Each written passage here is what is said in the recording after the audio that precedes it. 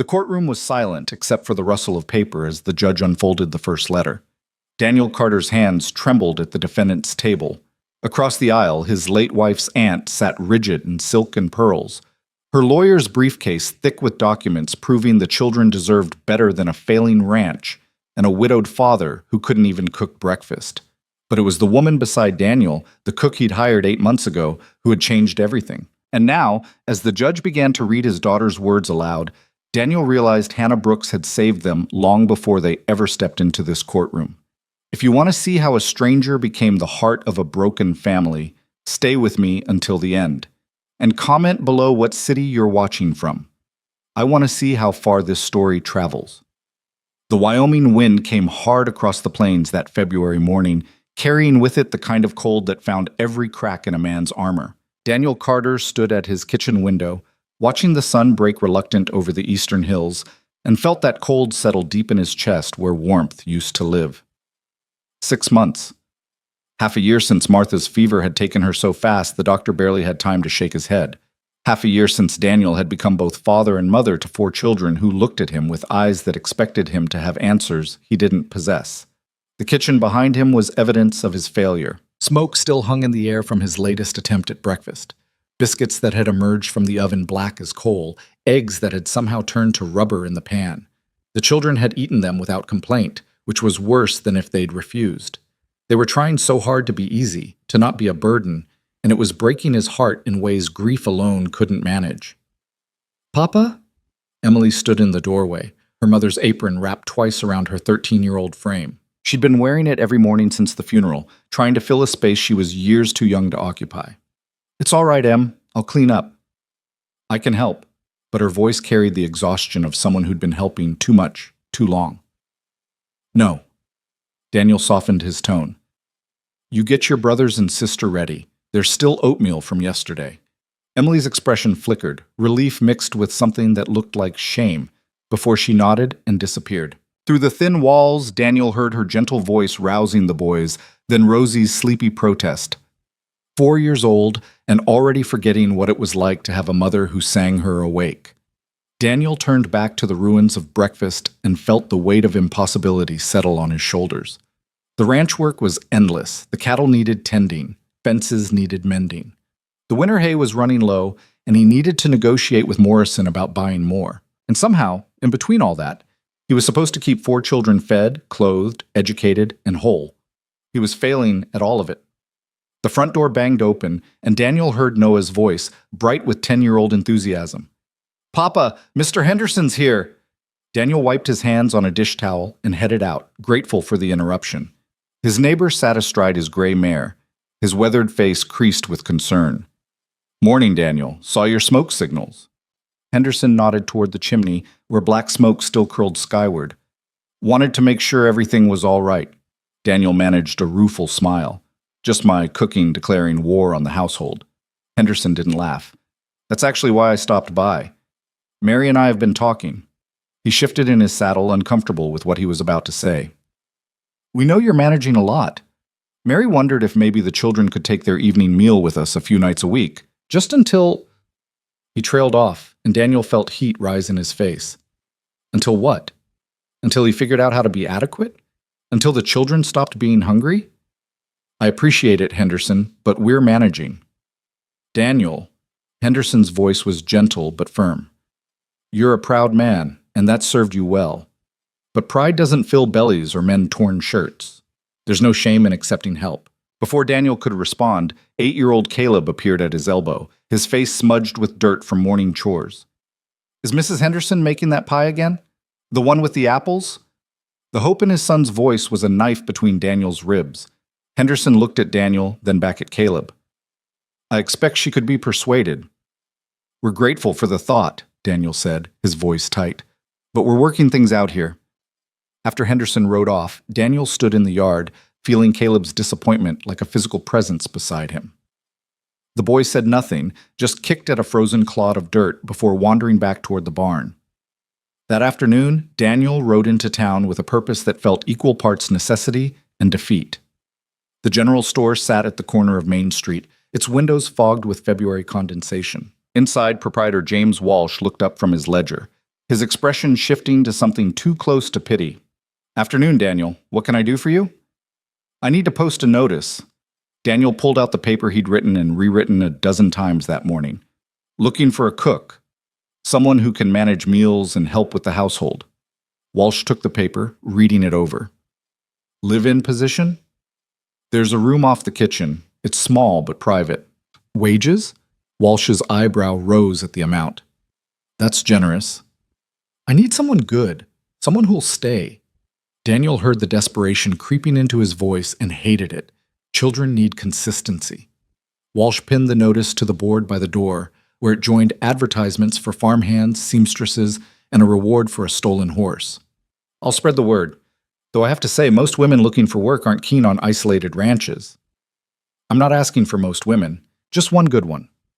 Daniel left the store with something that wasn't quite hope, but wasn't quite resignation either.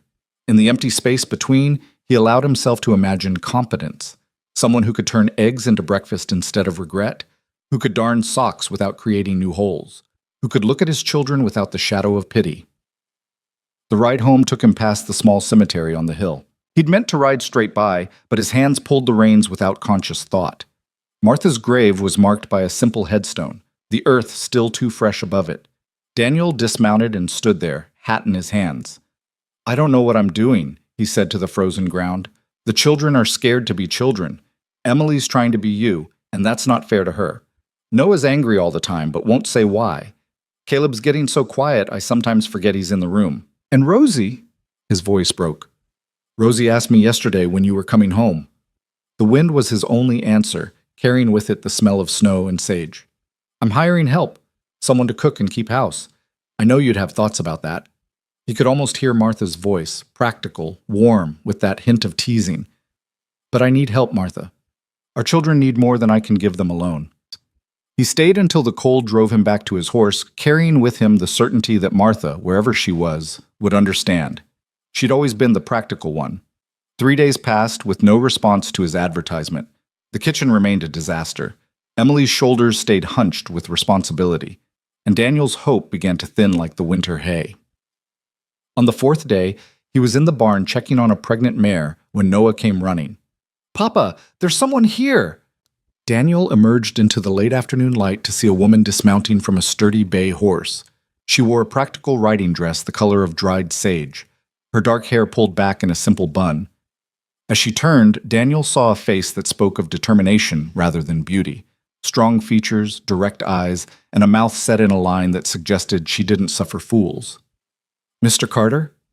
Her voice was clear, without the breathless quality some women affected. "I'm here about the position." "You rode out alone?" "The ranch was 12 miles from town, the road rough and isolated." "I did." She met his eyes without flinching. "I'm Hannah Brooks. I saw your notice in town." Daniel became aware of his appearance.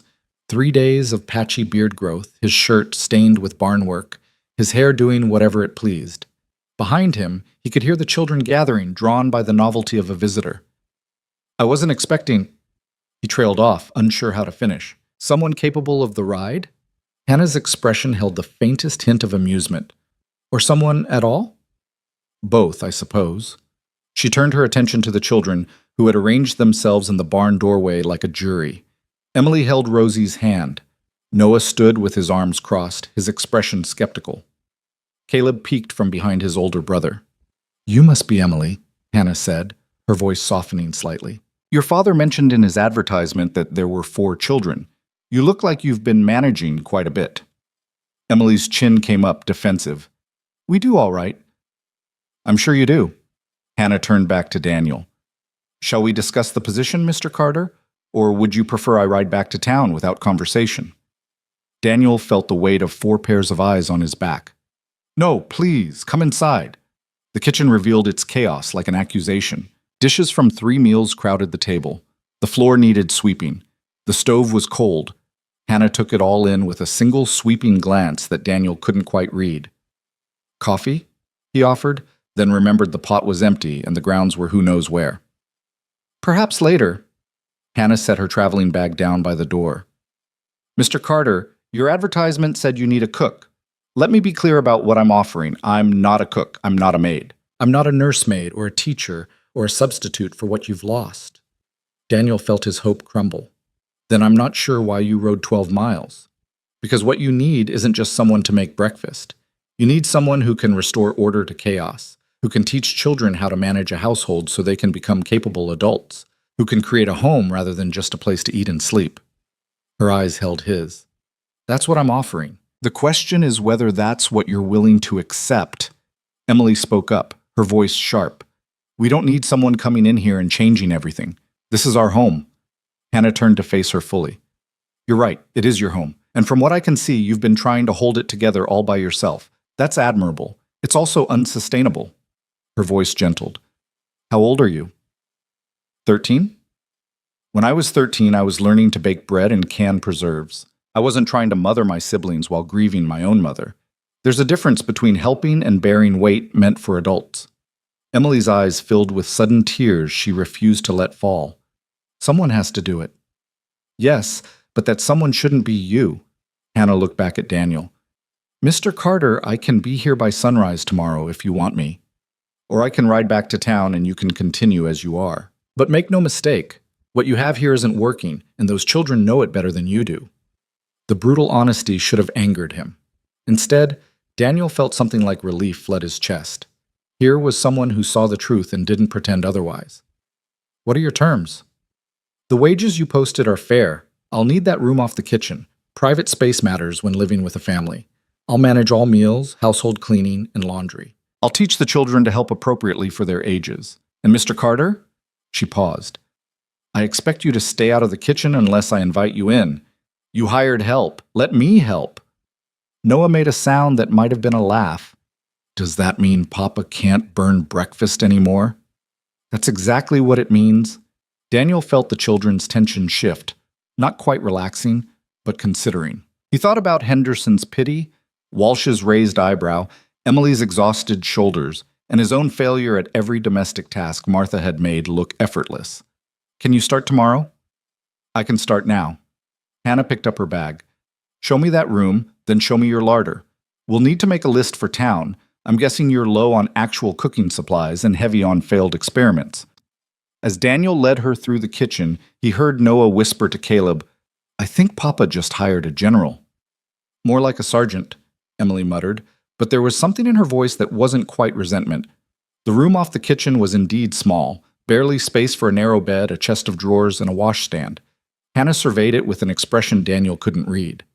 Will it do? He asked. It's private, it's clean, and it's not a barn. It'll do. She set her bag on the bed. Now, let's see what you have to work with. The larder was a monument to good intentions and poor execution. Bags of flour had been left open, attracting mice. Potatoes had sprouted in their bin. The coffee tin was nearly empty. Hannah made notes in a small journal she pulled from her pocket, her expression growing more severe with each discovery. When was the last time you had a proper meal in this house? Daniel had to think. Christmas. Neighbors brought food. That was 2 months ago. We've been eating. Eating and eating well are different things. She turned to face him. Mr. Carter, I'm going to be direct with you because I suspect you respect that more than delicacy. Your children are grieving, and they're hungry, and they're trying to be brave because they think that's what you need from them. You're grieving too, and you're overwhelmed, and you're trying to do everything alone because you think that's what strength looks like. But strength isn't refusing help. Strength is knowing when to accept it. Daniel felt something crack in his chest, some wall he'd been building brick by stubborn brick since Martha died. I don't know how to do this. I know. That's why I'm here. Hannah's voice was firm, but not unkind. Now, I need you to take me to town tomorrow. We'll need supplies, and I want to see what's available. Meanwhile, tonight we'll make do with what you have. What we have isn't much. Then we'll make much of what little there is. Within an hour, Hannah had transformed the kitchen from chaos into a workshop. She set Emily to sorting through the larder, removing anything spoiled. She sent Noah to the root cellar for preserved vegetables. Caleb was assigned to sweep the floor, a task he approached with unusual enthusiasm. And Rosie, shy, quiet Rosie, was invited to sit at the table and help by arranging spoons in a pattern. Daniel watched from the doorway as Hannah moved through the space with an efficiency that was almost startling. She'd found some salvageable flour, cornmeal, and salt pork, The stove, neglected and cold, came to life under her attention. Soon the smell of cornbread filled the room, then the sizzle of pork and onions. "Emily," Hannah said, not looking up from her work. "Set the table, please. Noah, there's a pitcher on the shelf. Fill it with water. Caleb, those spoons your sister arranged. We'll need them." The children moved to obey, and Daniel noticed something he hadn't seen in months. They moved without the weight of anxiety. They were being children given appropriate tasks, not children trying to be adults. An hour later, they sat down to a meal that was simple but complete. Cornbread, still warm from the oven, fried salt pork with onions, green beans from the cellar, and water in clean glasses. Daniel waited for someone to speak, to break the strange new silence that wasn't quite uncomfortable but wasn't familiar either. Instead, Hannah simply passed the cornbread to Emily. "Would you share with your sister?" Emily took the platter and carefully selected the best piece for Rosie before taking one for herself. The gesture was small, but Daniel saw Hannah's slight nod of approval. They ate. The food wasn't fancy. Martha would have added herbs, would have made the cornbread sweeter. But it was warm and filling and made with competence. Halfway through the meal, Rosie looked up at Hannah with wide eyes. "It's good." "Thank you, sweetheart. Would you like more?" Rosie nodded, and Hannah served her without fuss, without making it into something more than it was. After dinner, Hannah orchestrated the cleanup with the same quiet efficiency. Everyone had a role. Everyone contributed. And when it was done, she turned to Emily. "Tomorrow, I'll show you how I organize a kitchen. Not because you need to do it all yourself, but because these are good skills to have. All right?" Emily hesitated, then nodded. Some of the defensive tension had left her shoulders. "Noah, Caleb, your father says there's schoolwork to finish. Get to it. Rosie, it's almost bedtime. Let's see about getting you ready." Daniel found himself standing uselessly in his own home, watching this stranger guide his children through an evening routine that actually flowed rather than fractured. "Mr. Carter?" Hannah paused at the bottom of the stairs, Rosie's hand in hers. "You look exhausted. When these children are in bed, I suggest you follow suit. Tomorrow we start building something better. But tonight we all need rest."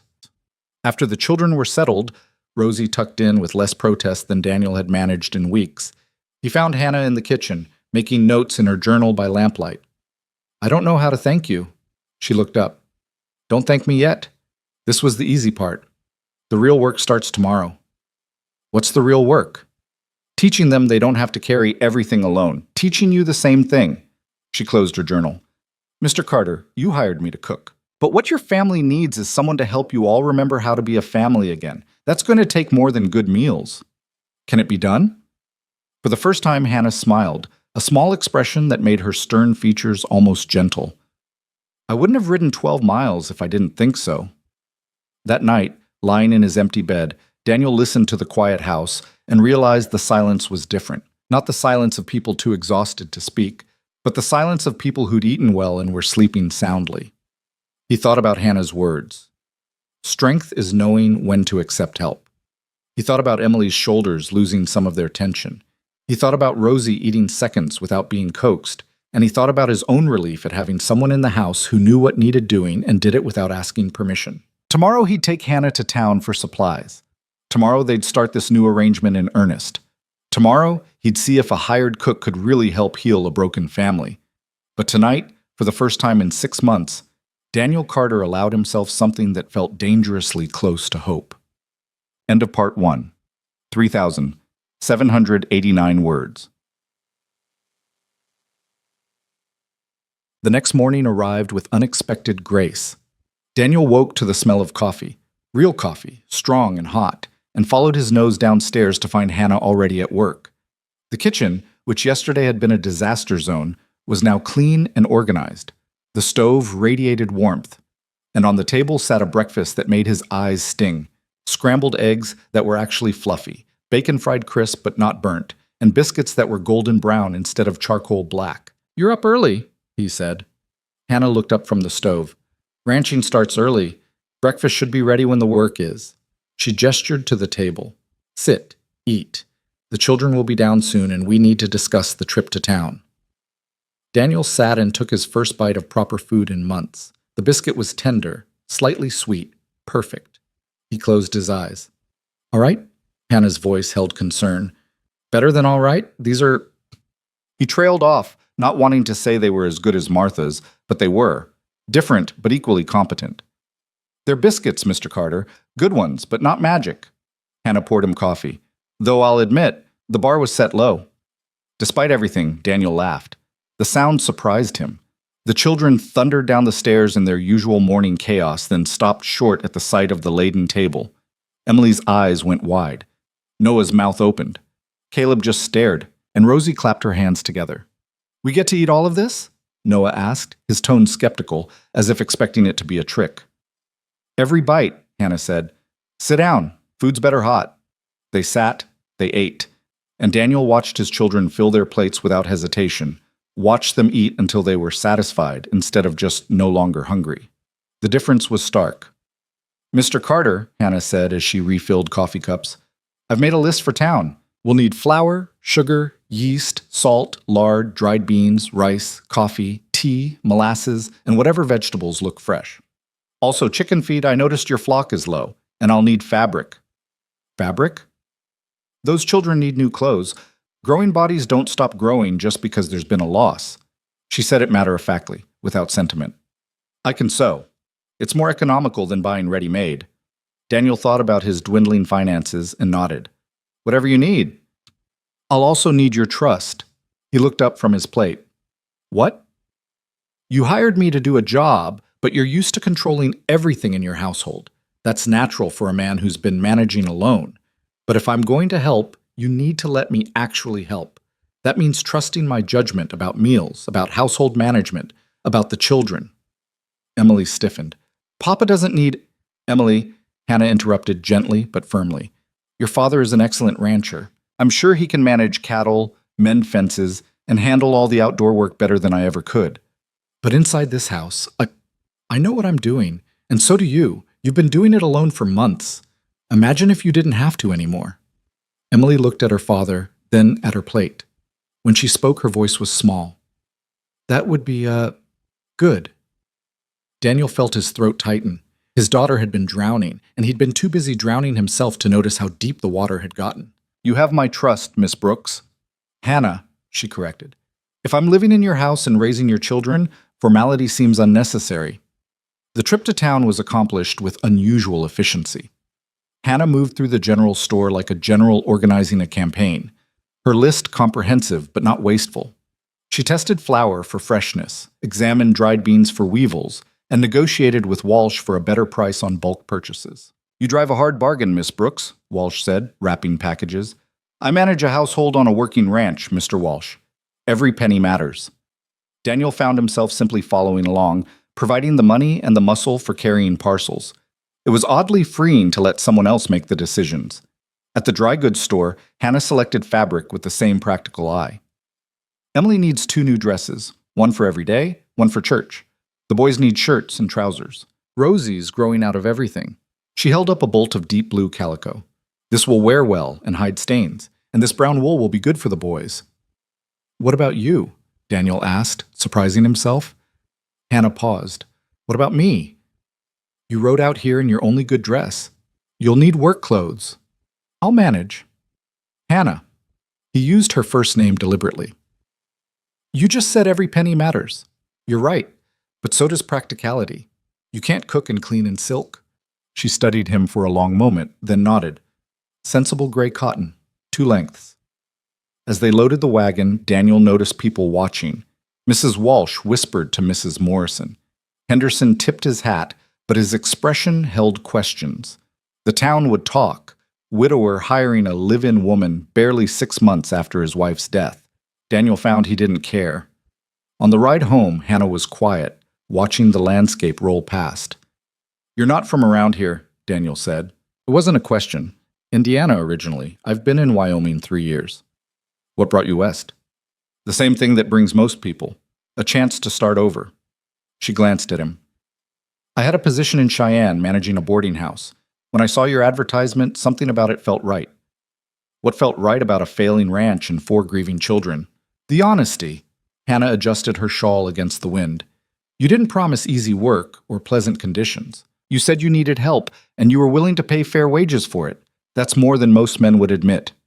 Daniel thought about his time standing at Martha's grave, admitting he didn't know what he was doing. Maybe honesty was all he had left. The first week passed in a rhythm Daniel hadn't known he was missing. Hannah rose before dawn and had breakfast ready when the family gathered. She packed lunches for the children to take to their lessons with the neighbor who served as their teacher. She organized the household chores with a system that meant everyone contributed, but no one carried the whole weight. And slowly, almost imperceptibly, things began to change. Emily started sleeping past dawn instead of jerking awake at first light, trying to start breakfast before her father could ruin it. Noah's anger, which had been simmering just under the surface for months, found outlet in splitting wood and repairing fence posts, hard physical work that Hannah encouraged rather than trying to gentle away.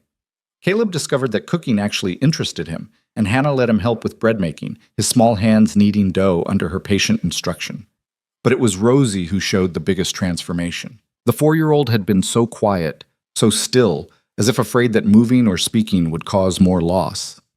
Hannah coaxed her back to life with simple things, letting her arrange flowers in a jar, teaching her to snap green beans, reading to her in the evenings.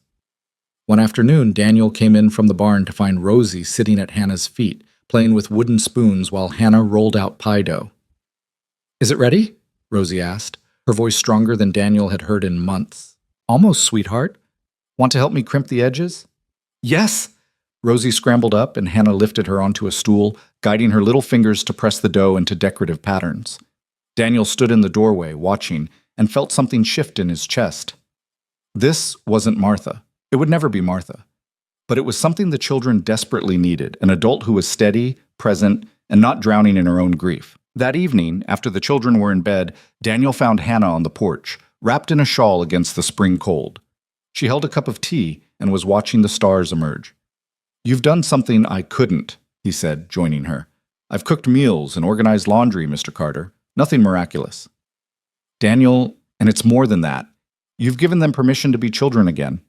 Hannah was quiet for a long moment. "They're good children. They just needed someone who wasn't struggling as much as they were." "Is that why you took this job? Because I was struggling?" "Partly." She sipped her tea. "But also because I know what it's like to rebuild after loss. My father died when I was 12. My mother tried to hold everything together alone. She succeeded, but at a cost. I watched her age 10 years in one. I thought maybe I could spare your children from watching the same thing happen to you." Daniel felt seen in a way that was uncomfortable but necessary. "I've been failing them." "You've been grieving. There's a difference." Hannah turned to look at him. "But grief doesn't pause the world. Those children needed someone to keep living while you figured out how to live again. That's all I've done." "That's not a small thing." "No," she agreed. "It's not." They stood in companionable silence, watching the stars, and Daniel realized he'd just had the most honest conversation he'd experienced since Martha died. No one in town wanted to speak directly about loss or failure or the messy work of continuing. Everyone offered platitudes and casseroles and carefully averted eyes. Hannah offered truth. And somehow, that was what he needed most. The second week brought its first challenge. Emily, who had been cautiously accepting of Hannah's presence, suddenly turned cold and defensive. She refused Hannah's help with her dressmaking lesson, burned the biscuits she insisted on making alone, and snapped at her brothers when they asked for help with their chores. Daniel watched it happen with helpless frustration. At dinner, Emily picked at her food while the rest of the family ate with appetite. "Emily," he started, but Hannah shook her head slightly. After the meal, Hannah caught Emily before she could escape to her room. "Walk with me." It wasn't a question, and Emily, surprised, followed Hannah out into the evening. Daniel watched from the window as the two walked toward the barn, their figures silhouetted against the setting sun. They were gone for nearly an hour. When they returned, Emily's eyes were red, but her expression was calmer. She went straight to her room, and Hannah came to the kitchen where Daniel was pretending to review ranch accounts. "What happened?" Hannah poured herself tea before answering. "She's angry, not at me specifically, though I'm a convenient target. She's angry at her mother for dying, angry at you for surviving, angry at herself for being angry." "How do you know?" "Because I asked her, directly. Children respond to honesty better than we think." Hannah sat across from him. "She's also afraid." "Of what?" "That if she accepts me, she's betraying her mother's memory. That if she stops trying to be the woman of the house, she's abandoning her family. That if she admits she's just a 13-year-old girl who misses her mother, she'll fall apart and never put herself back together. Daniel's eyes burned. What did you tell her? That her mother would want her to be 13, not 30. That accepting help isn't betrayal. That grief and life can exist in the same space. Hannah met his gaze. And I told her that I'm not trying to replace anyone. I'm just trying to help her family survive until they can thrive again. What did she say? Nothing. She cried. I let her. And then she asked if I could teach her how to make that pie crust that doesn't fall apart. Hannah smiled slightly. We'll start tomorrow. The transformation wasn't immediate or magical. Emily still had hard days, they all did. But gradually, the house began to feel less like a place where people existed separately in their grief and more like a place where a family was learning to function again. Hannah's presence became as natural as the sunrise. She learned each child's quirks and needs. She discovered that Noah responded better to clear expectations than to sympathy, that Caleb needed quiet encouragement, that Rosie bloomed under gentle attention. She learned that Daniel drank his coffee black and strong, that he hated mornings but loved the stillness of evening, that he carried guilt like a physical weight. And without meaning to, Daniel learned things about Hannah. She hummed while she worked, old hymns and folk songs she didn't seem to realize she was singing. She read in the evenings, books borrowed from the teacher or purchased on her rare trips to town. She had a quiet laugh that only emerged when genuinely surprised by something funny. She was stern but fair, demanding but patient, practical but kind. She was, Daniel realized with some alarm, becoming essential. It happened on a Tuesday morning in late April. Daniel came in from the barn to find Hannah at the stove, teaching Rosie how to crack eggs without getting shell in the bowl. Rosie's tongue was caught between her teeth in concentration. Hannah's hand guided hers gently. Like this, sweetheart. Tap, crack, open. See? I did it! Rosie's face glowed with accomplishment. You absolutely did. Now, let's do another one. Daniel stood there watching and felt something in his chest that wasn't grief or guilt or exhaustion. It was something warmer, something that felt dangerous and necessary at the same time. He was falling in love with his cook. The realization should have terrified him. Martha had been gone less than a year. The town already gossiped about the live-in help. Emily was just starting to accept Hannah's presence. Every rational part of his mind said this was too soon, too complicated, too much. But his heart, stubborn and insistent, pointed out that Hannah had brought his family back from the edge of collapse, that his children laughed again because of her, that he went to sleep each night feeling less like a failure because she was there, competent and calm, holding things together while he learned how to do the same. That evening, after the children were in bed, Daniel found himself lingering in the kitchen where Hannah was finishing the day's cleaning. Can I help? She looked up, surprised. I thought you were reviewing accounts. They can wait. I'd rather... He trailed off, not sure what he'd rather do except be in the same room with her. Hannah studied him for a long moment, then handed him a dish towel. You can dry. They worked in silence, the comfortable kind that spoke of familiarity rather than awkwardness. When the last dish was put away, Hannah turned to face him. Daniel, is something wrong? No. Yes. I don't know. He set down the towel. Hannah, I need to ask you something, and I need you to answer honestly. All right. Are you planning to stay? The question hung between them. Hannah's expression shifted, becoming careful. My contract was for a year. I know what the contract says. I'm asking what you're planning. Why does it matter? Because the children are attached to you, because this household runs because you run it, because... He stopped, not ready to say the rest. Hannah waited, her dark eyes steady on his face. Because I don't want you to leave, he finished quietly. Daniel, I'm not asking for anything you're not willing to give. I just need to know if we're preparing for eventual loss or if there's a possibility of something permanent. Hannah crossed her arms, not defensively, but as if holding herself together. You're asking the wrong question. What's the right question? Whether I want to stay. Whether this has become more than a position to me. She paused. And the answer is yes. This family has become important to me. These children have become important. You've become important. Daniel felt his heart rate increase. Then stay. It's not that simple. I'm your employee. You're my employer. The town already talks. If I stay beyond what's proper, let them talk. Daniel, think about your children, about what people will say, about what it means for Emily to see. I am thinking about my children.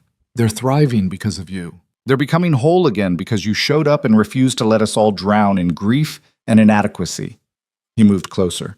Hannah, I'm not asking you to be anything you don't want to be, but if there's a chance, if there's any possibility that you might feel, I do, she said quietly, cutting off his stammering.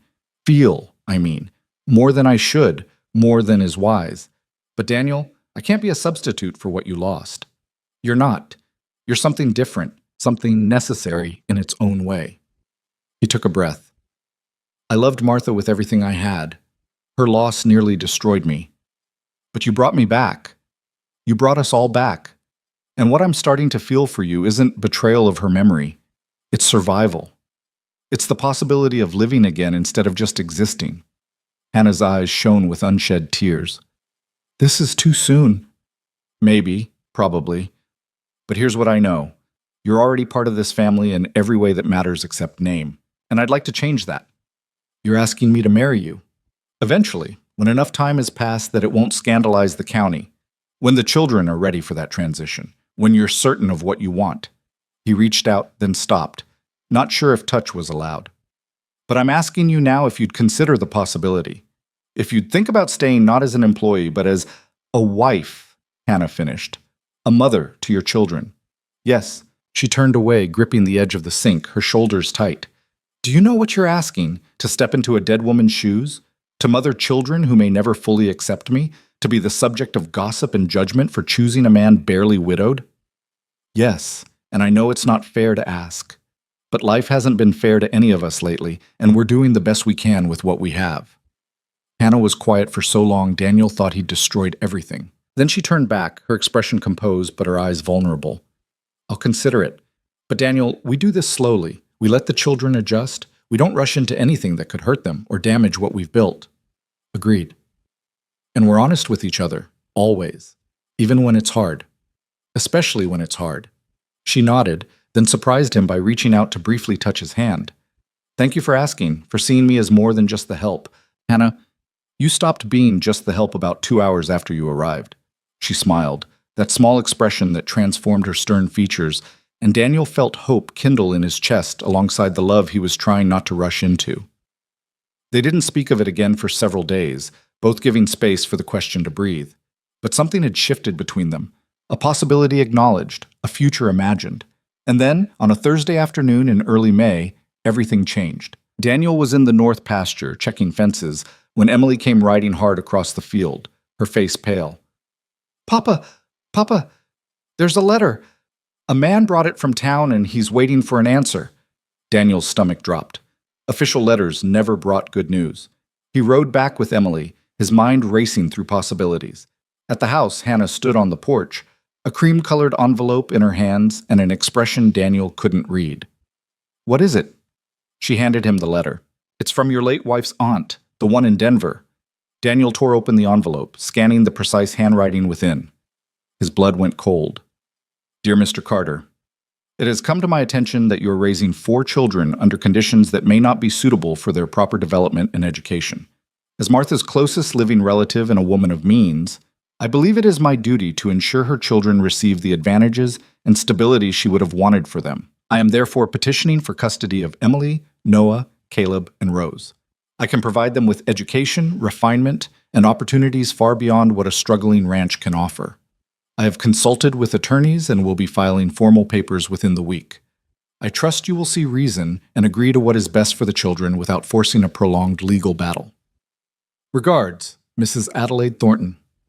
Daniel read it twice, the words not making sense. Adelaide Thornton, Martha's aunt, a wealthy widow Daniel had met exactly once at his wedding. She'd made no effort to contact the family after Martha's death, hadn't attended the funeral, hadn't written to the children, and now she wanted to take them away. Daniel read the letter a third time, his hands shaking with a rage so pure it felt clean. Hannah stepped closer, her voice low and steady. What are you going to do? I'm going to fight.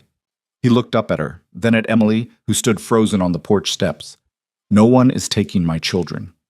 The messenger, a young clerk from the law office in Cheyenne, cleared his throat nervously. Mr. Carter, Mrs. Thornton asked me to wait for your response. She hoped you might see reason without— You can tell Mrs. Thornton, Daniel said, his voice cutting sharp as winter wind, that she'll see me in court before she sees my children in her house. Now get off my property. The clerk scrambled onto his horse and rode off, dust rising behind him like a warning. Emily's face had gone white as chalk. Papa, she can't really take us, can she? Before Daniel could answer, Noah burst out of the barn, Caleb close behind. Who was that man? Em said something about a letter. Inside, Hannah said firmly. All of you, now. They gathered in the kitchen, the children's faces showing varying degrees of fear and confusion. Rosie, sensing the tension, climbed into Hannah's lap without asking. Hannah's arms closed around her automatically. Daniel stood at the head of the table, the letter clutched in his fist. Your mother's aunt, Adelaide Thornton, has decided she wants custody of you. I don't even know who that is, Noah said, his voice rising. She came to the wedding, Daniel said. Fancy dress. Looked down her nose at the ranch. Your mother hadn't seen her in years before that. And now she wants us? Emily's voice cracked. Why? Because she's wealthy and bored and has decided you're her project. Daniel forced himself to breathe, to think instead of just rage. She's claiming the ranch isn't fit, that you need education and refinement. This is our home, Caleb said, his quiet voice suddenly fierce. We don't want refinement. We want to stay here. I know, son. And you will. How? Noah demanded. If she's got lawyers and money, Papa, what do we have? The question hung in the air like an accusation. What did they have? A struggling ranch, a father who'd been failing at basic parenting 6 months ago, a household held together by a hired cook who had no legal standing in the family.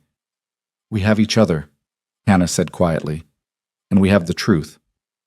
The truth that 6 months ago we were eating burnt eggs and wearing patched clothes? Emily's voice broke. The truth that Papa couldn't even make breakfast without setting the kitchen on fire? The truth, Hannah continued, her voice cutting through Emily's panic, that you are loved children being raised by a father who works himself to exhaustion to provide for you. The truth that you have a home, community, stability. The truth that you're thriving. Are we? Noah's face was flushed, his hands clenched. Because it sounds like some judge is going to look at us and see exactly what that letter says. A bunch of ranch kids with a father who needed to hire help just to keep us fed. Noah, Daniel started. It's true, isn't it? Noah pushed back from the table. We were a mess. We still are. And now some rich lady is going to swoop in and take us to Denver where we'll have to wear fancy clothes and go to fancy schools and— His voice broke. I don't want to leave. You're not going to, Daniel said. But even he could hear the uncertainty beneath his words.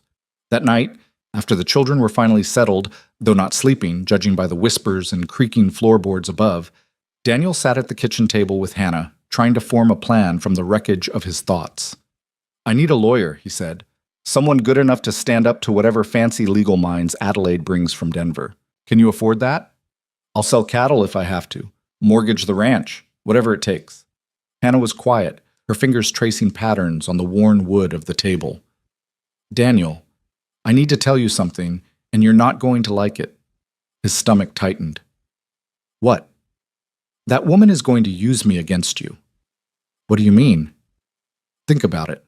A widower barely 6 months past his wife's death, living with an unmarried woman under his roof. No matter how proper our arrangement, no matter that I sleep in a separate room and there's been nothing improper, it looks bad. Daniel felt cold realization wash over him. She'll say you're proof I'm unfit, that I've brought scandal into my home. Exactly, and she won't be entirely wrong in how it appears. Hannah met his eyes. Daniel, I should leave, at least temporarily, until after the custody hearing. No. The word came out harder than he intended. No, you're not leaving. If my presence hurts your case, your presence is the only reason I have a case. Daniel stood, pacing the kitchen. 6 months ago, Noah was right. We were a disaster. The children were hungry and wearing rags and trying to mother themselves because I couldn't manage basic care. You changed that. You gave them stability and routine and I'm still an unmarried woman living in your house. Daniel stopped pacing, a wild idea forming. Then marry me. Hannah stared at him. What? Marry me? Not someday when enough time has passed and the town stops gossiping. Now, this week, before the hearing. Daniel, that's insane. Is it? Think about it. Adelaide wants to claim this house is unstable and improper, but a stable two-parent household? That's exactly what judges want to see. You want to marry me to win a court case? I want to marry you because I love you, Daniel said, the words tumbling out raw and honest. Because you've become essential to me and to my children. Because when I imagine my future, you're in it. But yes, right now, I also want to marry you because it protects my family. Hannah stood slowly, her face unreadable. That's not enough of a reason. It's not the only reason. Daniel, marriage should be about more than legal strategy. You're right. It should be about partnership, about two people building a life together, supporting each other, raising children together. He moved closer. Tell me you haven't been doing exactly that for the past 3 months. As your employee? As my partner? Hannah, please. I know this is fast, I know it's not romantic or proper or any of the things you probably imagined, but it's real. What we have is real. Hannah's eyes were bright with unshed tears. And what happens after the hearing, when you don't need the legal protection anymore? Do you wake up one day and regret the hasty marriage you made to keep your children? No. Daniel took her hands, feeling her fingers tremble in his. I'll wake up grateful that crisis forced me to stop being cautious and claim what I want. Hannah, I'm asking you to marry me, not just for the children's sake, though they need you, not just for the court case, though it helps. I'm asking because I want you as my wife. She pulled her hands away, wrapping her arms around herself. I need to think. We don't have much time. The hearing... I know. Her voice was sharp, then softened. I know. But Daniel, this is my whole life you're asking me to reshape on a week's notice. Let me think. He nodded, watching her walk away to her small room off the kitchen. The door closed with a quiet click that felt louder than a slam. The next morning brought an unexpected visitor. Henderson rode up as Daniel was doing morning chores, his expression grim. Heard about the letter, he said without preamble. Town's talking. Of course it is. Daniel continued mucking out the stall, using the physical work to channel his frustration. Some folks saying Adelaide Thornton might have a point. That maybe those children would be better off with a woman's care, proper education, advantages. Daniel's grip tightened on the pitchfork. Some folks should mind their own business. Daniel, I'm on your side. Mary and I both are.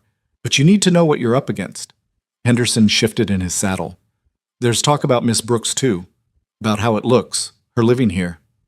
Hannah runs my household and cares for my children. There's nothing improper about it. I know that. You know that. But appearances matter to judges. Henderson paused. I'm not saying this to hurt you. I'm saying it because you need to prepare for what that woman's lawyers are going to argue. After Henderson left, Daniel found Hannah in the kitchen, kneading bread with unusual force. The children were at their lessons, giving them rare privacy. You heard? He asked. Every word. The window was open. She punched the dough. He's right, you know, about how it looks. I don't care how it looks. You should. Hannah shaped the dough into a loaf with practiced efficiency. Daniel, I've made my decision. His heart stopped. And? I'll marry you, but on 2 conditions. Relief flooded through him. Name them. First, we're honest with the children about why this is happening now. No pretending it's some grand romance. They deserve the truth. Agreed. And second? Hannah set the loaf pan aside and turned to face him fully. After the hearing, after the custody issue is settled, if you want to end this marriage, I'll go quietly. No fuss, no demands. You'll have done your duty to protect your children, and I'll have done mine to help. Hannah, I mean it, Daniel. I won't trap you in a marriage you made under duress. Give it a year. If you still want me as your wife, truly want me, then we'll make it permanent. But if you wake up and realize you married me out of desperation and guilt, I need to know I can leave with dignity. It wasn't what he wanted. He wanted her to believe in his love, in their future, but he saw the fear beneath her practical words. She was protecting herself the only way she knew how. All right, he said, 1 year, but Hannah, I'm not going to change my mind. We'll see. That evening, they gathered the children in the parlor. Emily sat rigid, her hands clenched in her lap. Noah sprawled in apparent casualness that didn't hide his tension. Caleb perched on the edge of his seat, and Rosie tucked herself against Hannah's side. Daniel looked at Hannah, who nodded slightly. Together, they would face this. Your father and I are getting married, Hannah said, her voice steady and clear. The silence was absolute. Then Noah laughed, a harsh sound without humor. Of course you are. That's the perfect solution, isn't it? The fancy aunt can't claim the house is improper if there's a wife. Noah, Daniel said sharply. No, he's right. Hannah's voice was calm. That is part of why we're doing this now, this quickly. Your father needs to show the court that this is a stable, proper household. A married couple raising children together looks better than a widower with hired help. Emily's face had gone pale. You're using each other. We're helping each other, Hannah corrected. But I'm not going to lie to you and pretend this is some fairy tale. Your father and I have grown to care for each other deeply over these past months. We would likely have married eventually, but yes, the custody threat is forcing us to move faster than we might have otherwise. Do you love him? The question came from Caleb, his quiet voice cutting through the tension. Hannah looked at Daniel, her expression vulnerable. Yes, I do. Papa? Emily's voice shook. Do you love her? Yes, Daniel said firmly. I love Hannah. Not the same way I loved your mother. That was a different time, different people. But what I feel for Hannah is real. She's brought this family back from the edge. She's made us whole again. Mama made us whole, Emily said, tears streaming down her face. And you're replacing her. No, sweetheart. Hannah reached out, then stopped, respecting Emily's space. I could never replace your mother. I don't want to, but your father and your siblings need care, need stability, need someone to help hold this family together. That's what I'm offering. And what are you getting? Noah demanded. What's in this for you? A family, Hannah said simply.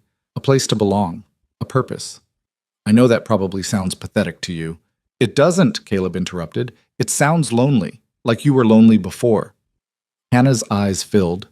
Yes, I was very lonely. Rosie, who had been unusually quiet, looked up at Hannah. If you marry Papa, will you be my mama? The question froze everyone. Hannah's hand trembled as she touched Rosie's hair. I'll be your stepmother. That means I'll love you and care for you and be here for you, just like I have been. But your real mama, she'll always be your mama. I'm just addition.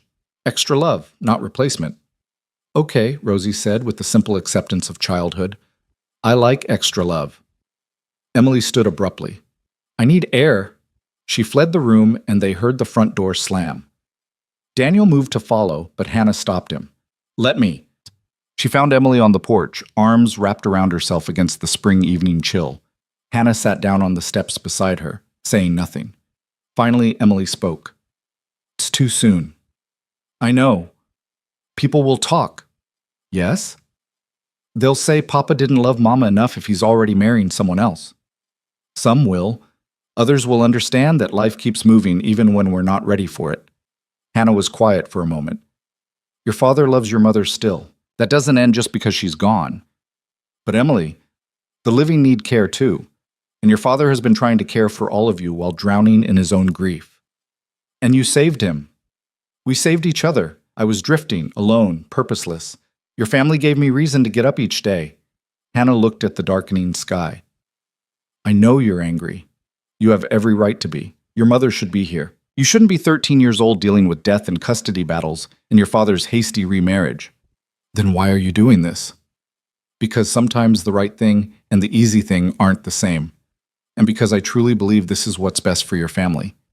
Emily was quiet for a long time. When she spoke again, her voice was small. Will you really love us? Or are we just part of the arrangement? Hannah turned to face her fully.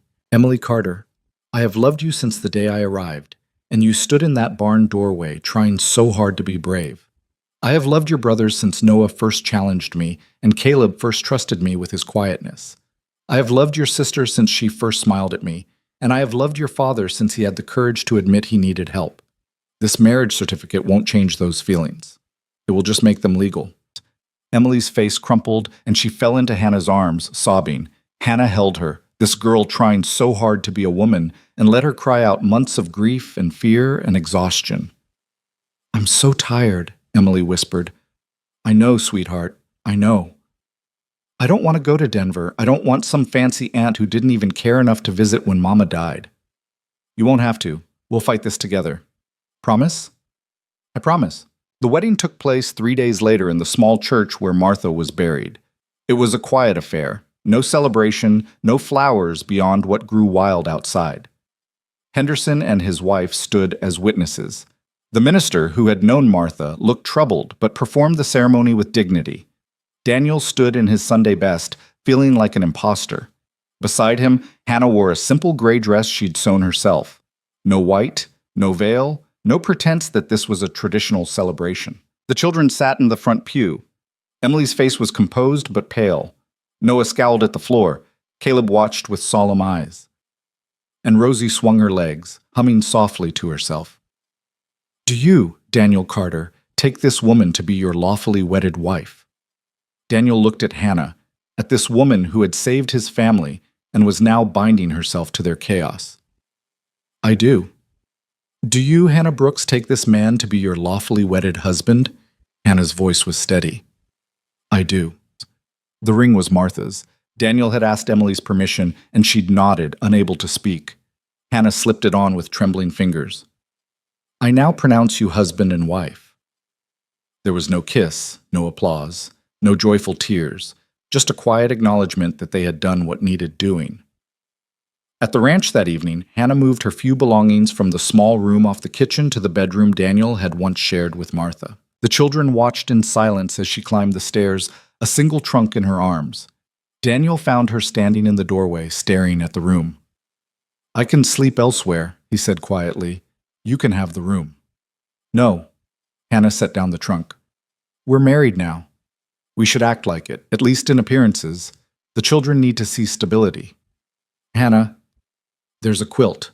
We can make a line down the middle of the bed if you want. Give us both space until—" She trailed off. "Until?" "Until we figure out what this marriage actually is." That night, they lay in the same bed with a careful space between them, both staring at the ceiling. The moon cast silver light through the window, the same moon that had watched over this room for years. "Thank you," Daniel said into the darkness, "for doing this. Thank you for asking." "Hannah, I meant what I said. I love you." She was quiet so long he thought she wouldn't answer. Then, "I love you too. But Daniel, love and marriage aren't the same thing. We'll figure out which one we actually have." 2 weeks later, the summons came. The hearing was set for the following Monday in Cheyenne. Adelaide Thornton would present her case, Daniel would present his, and a judge would decide the children's fate. Daniel hired a lawyer from town, Thomas Shaw, a man with more experience in property disputes than custody battles, but the best Daniel could afford. Shaw came to the ranch to prepare, his expression growing more concerned as he reviewed Adelaide's filing.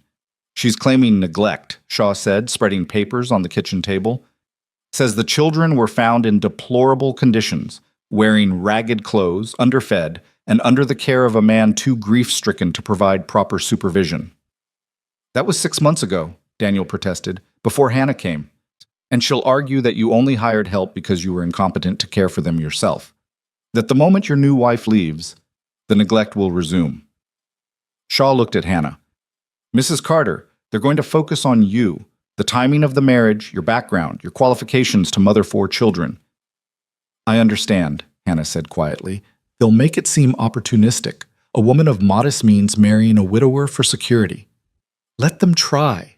Hannah's voice hardened. "I married Daniel because he needed a partner and I needed a family. There's nothing shameful in that."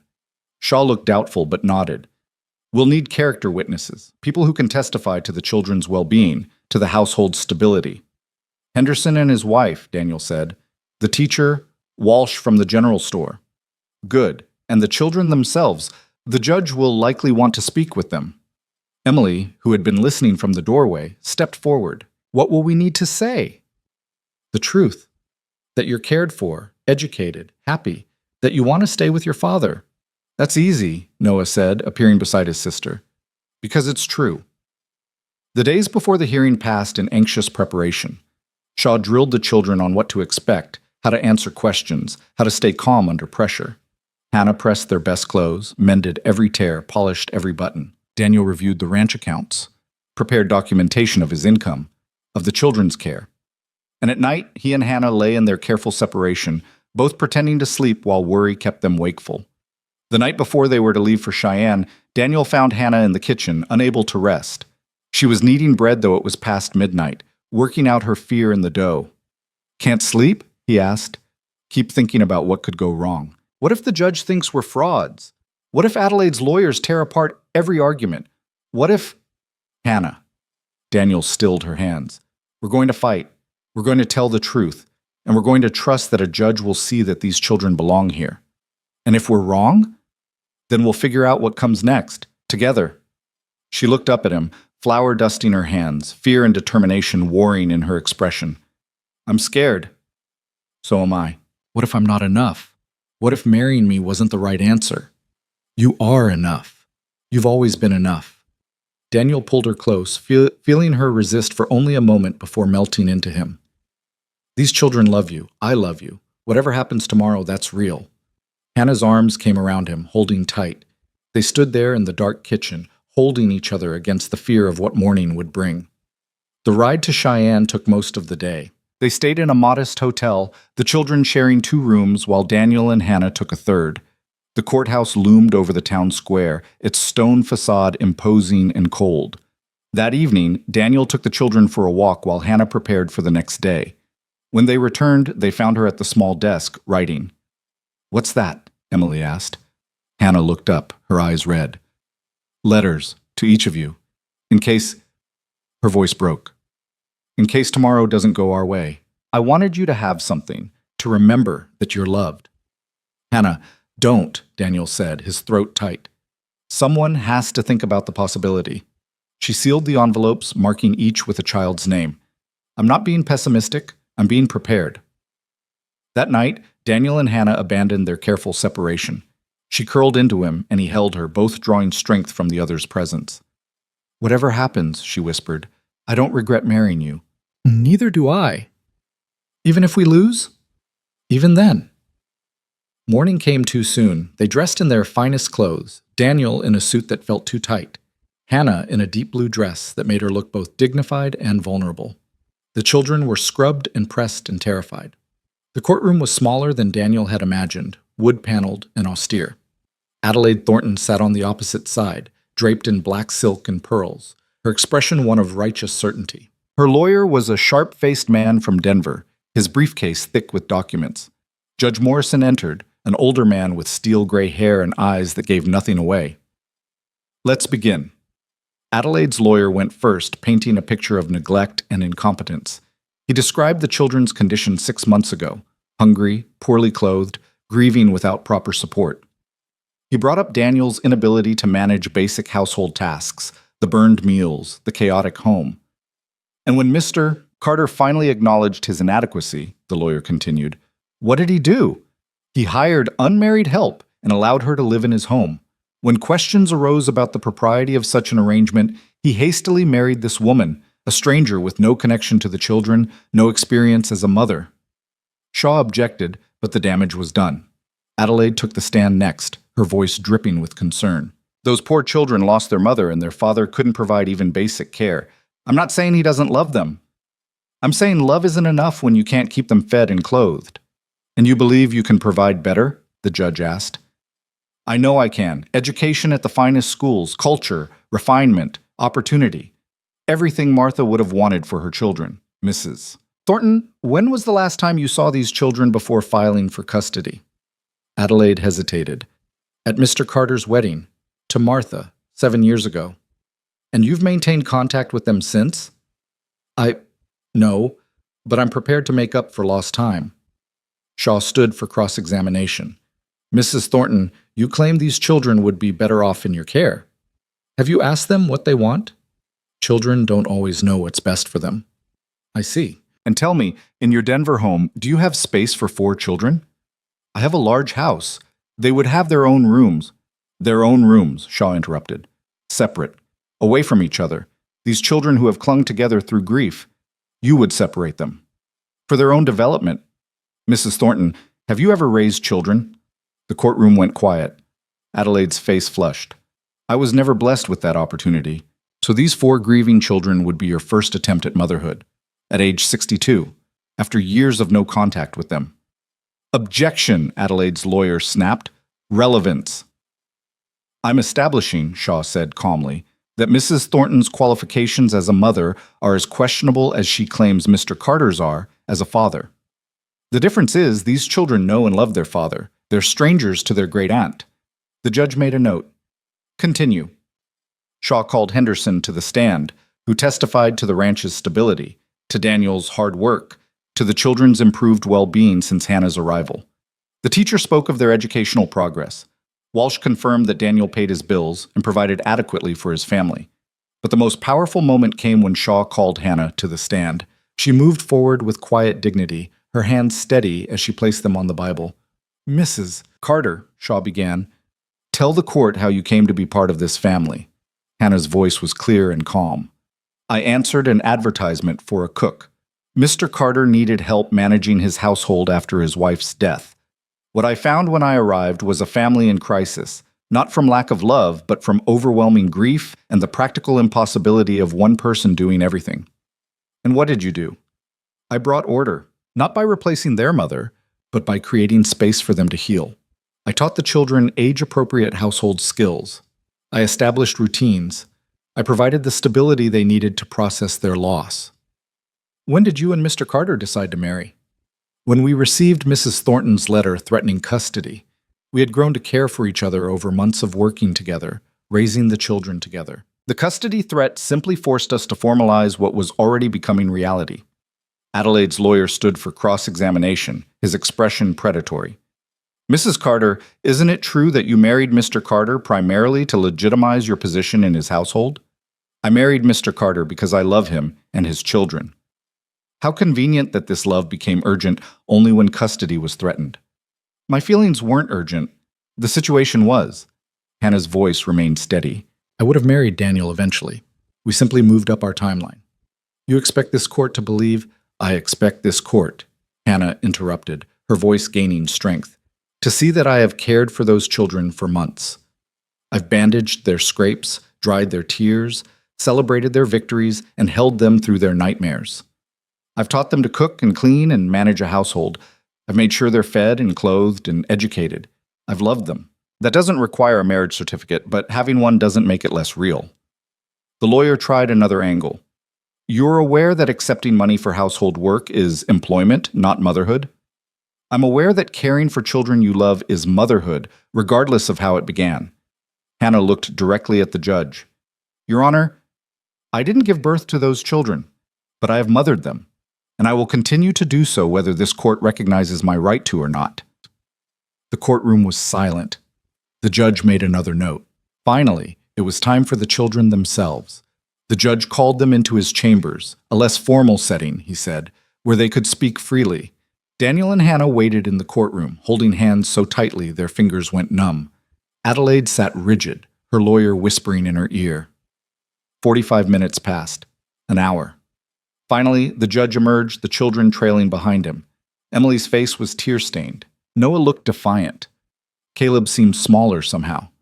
And Rosie held a handkerchief, clutching it like a lifeline. They returned to their seats, and the judge stood at his bench.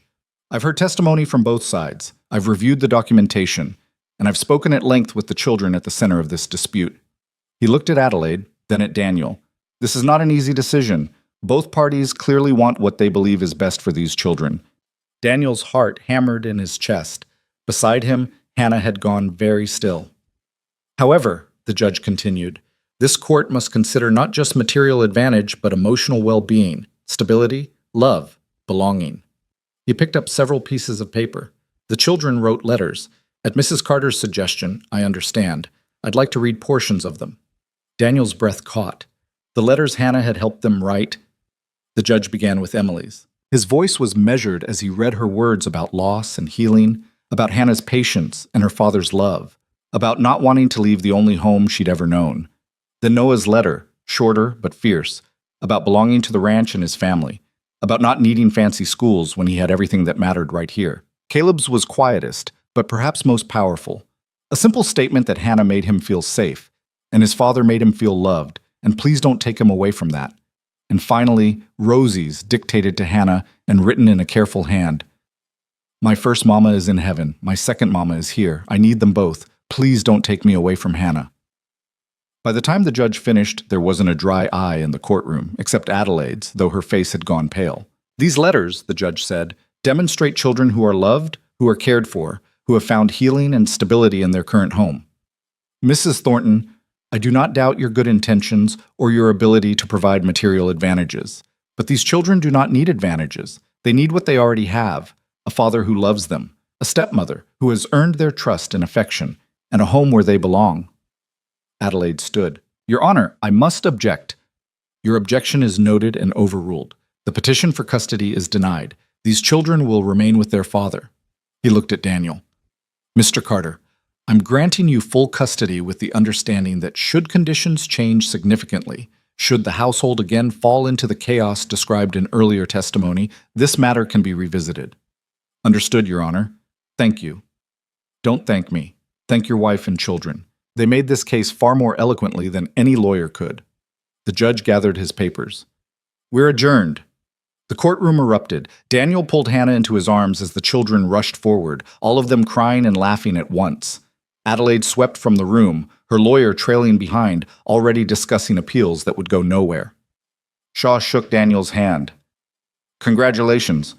Though I have to say it was Mrs. Carter and the children who won this case. That night, in the hotel room, after the children were finally asleep and the adrenaline had faded, Daniel and Hannah lay in bed, both still in their court clothes, too exhausted to change. We won, Hannah whispered, as if saying it too loud might make it untrue. You won. Those letters. Hannah, that was brilliant. It was honest. The children wrote what they felt. Because you taught them it was okay to feel it. Daniel rolled to face her. You saved us. Again.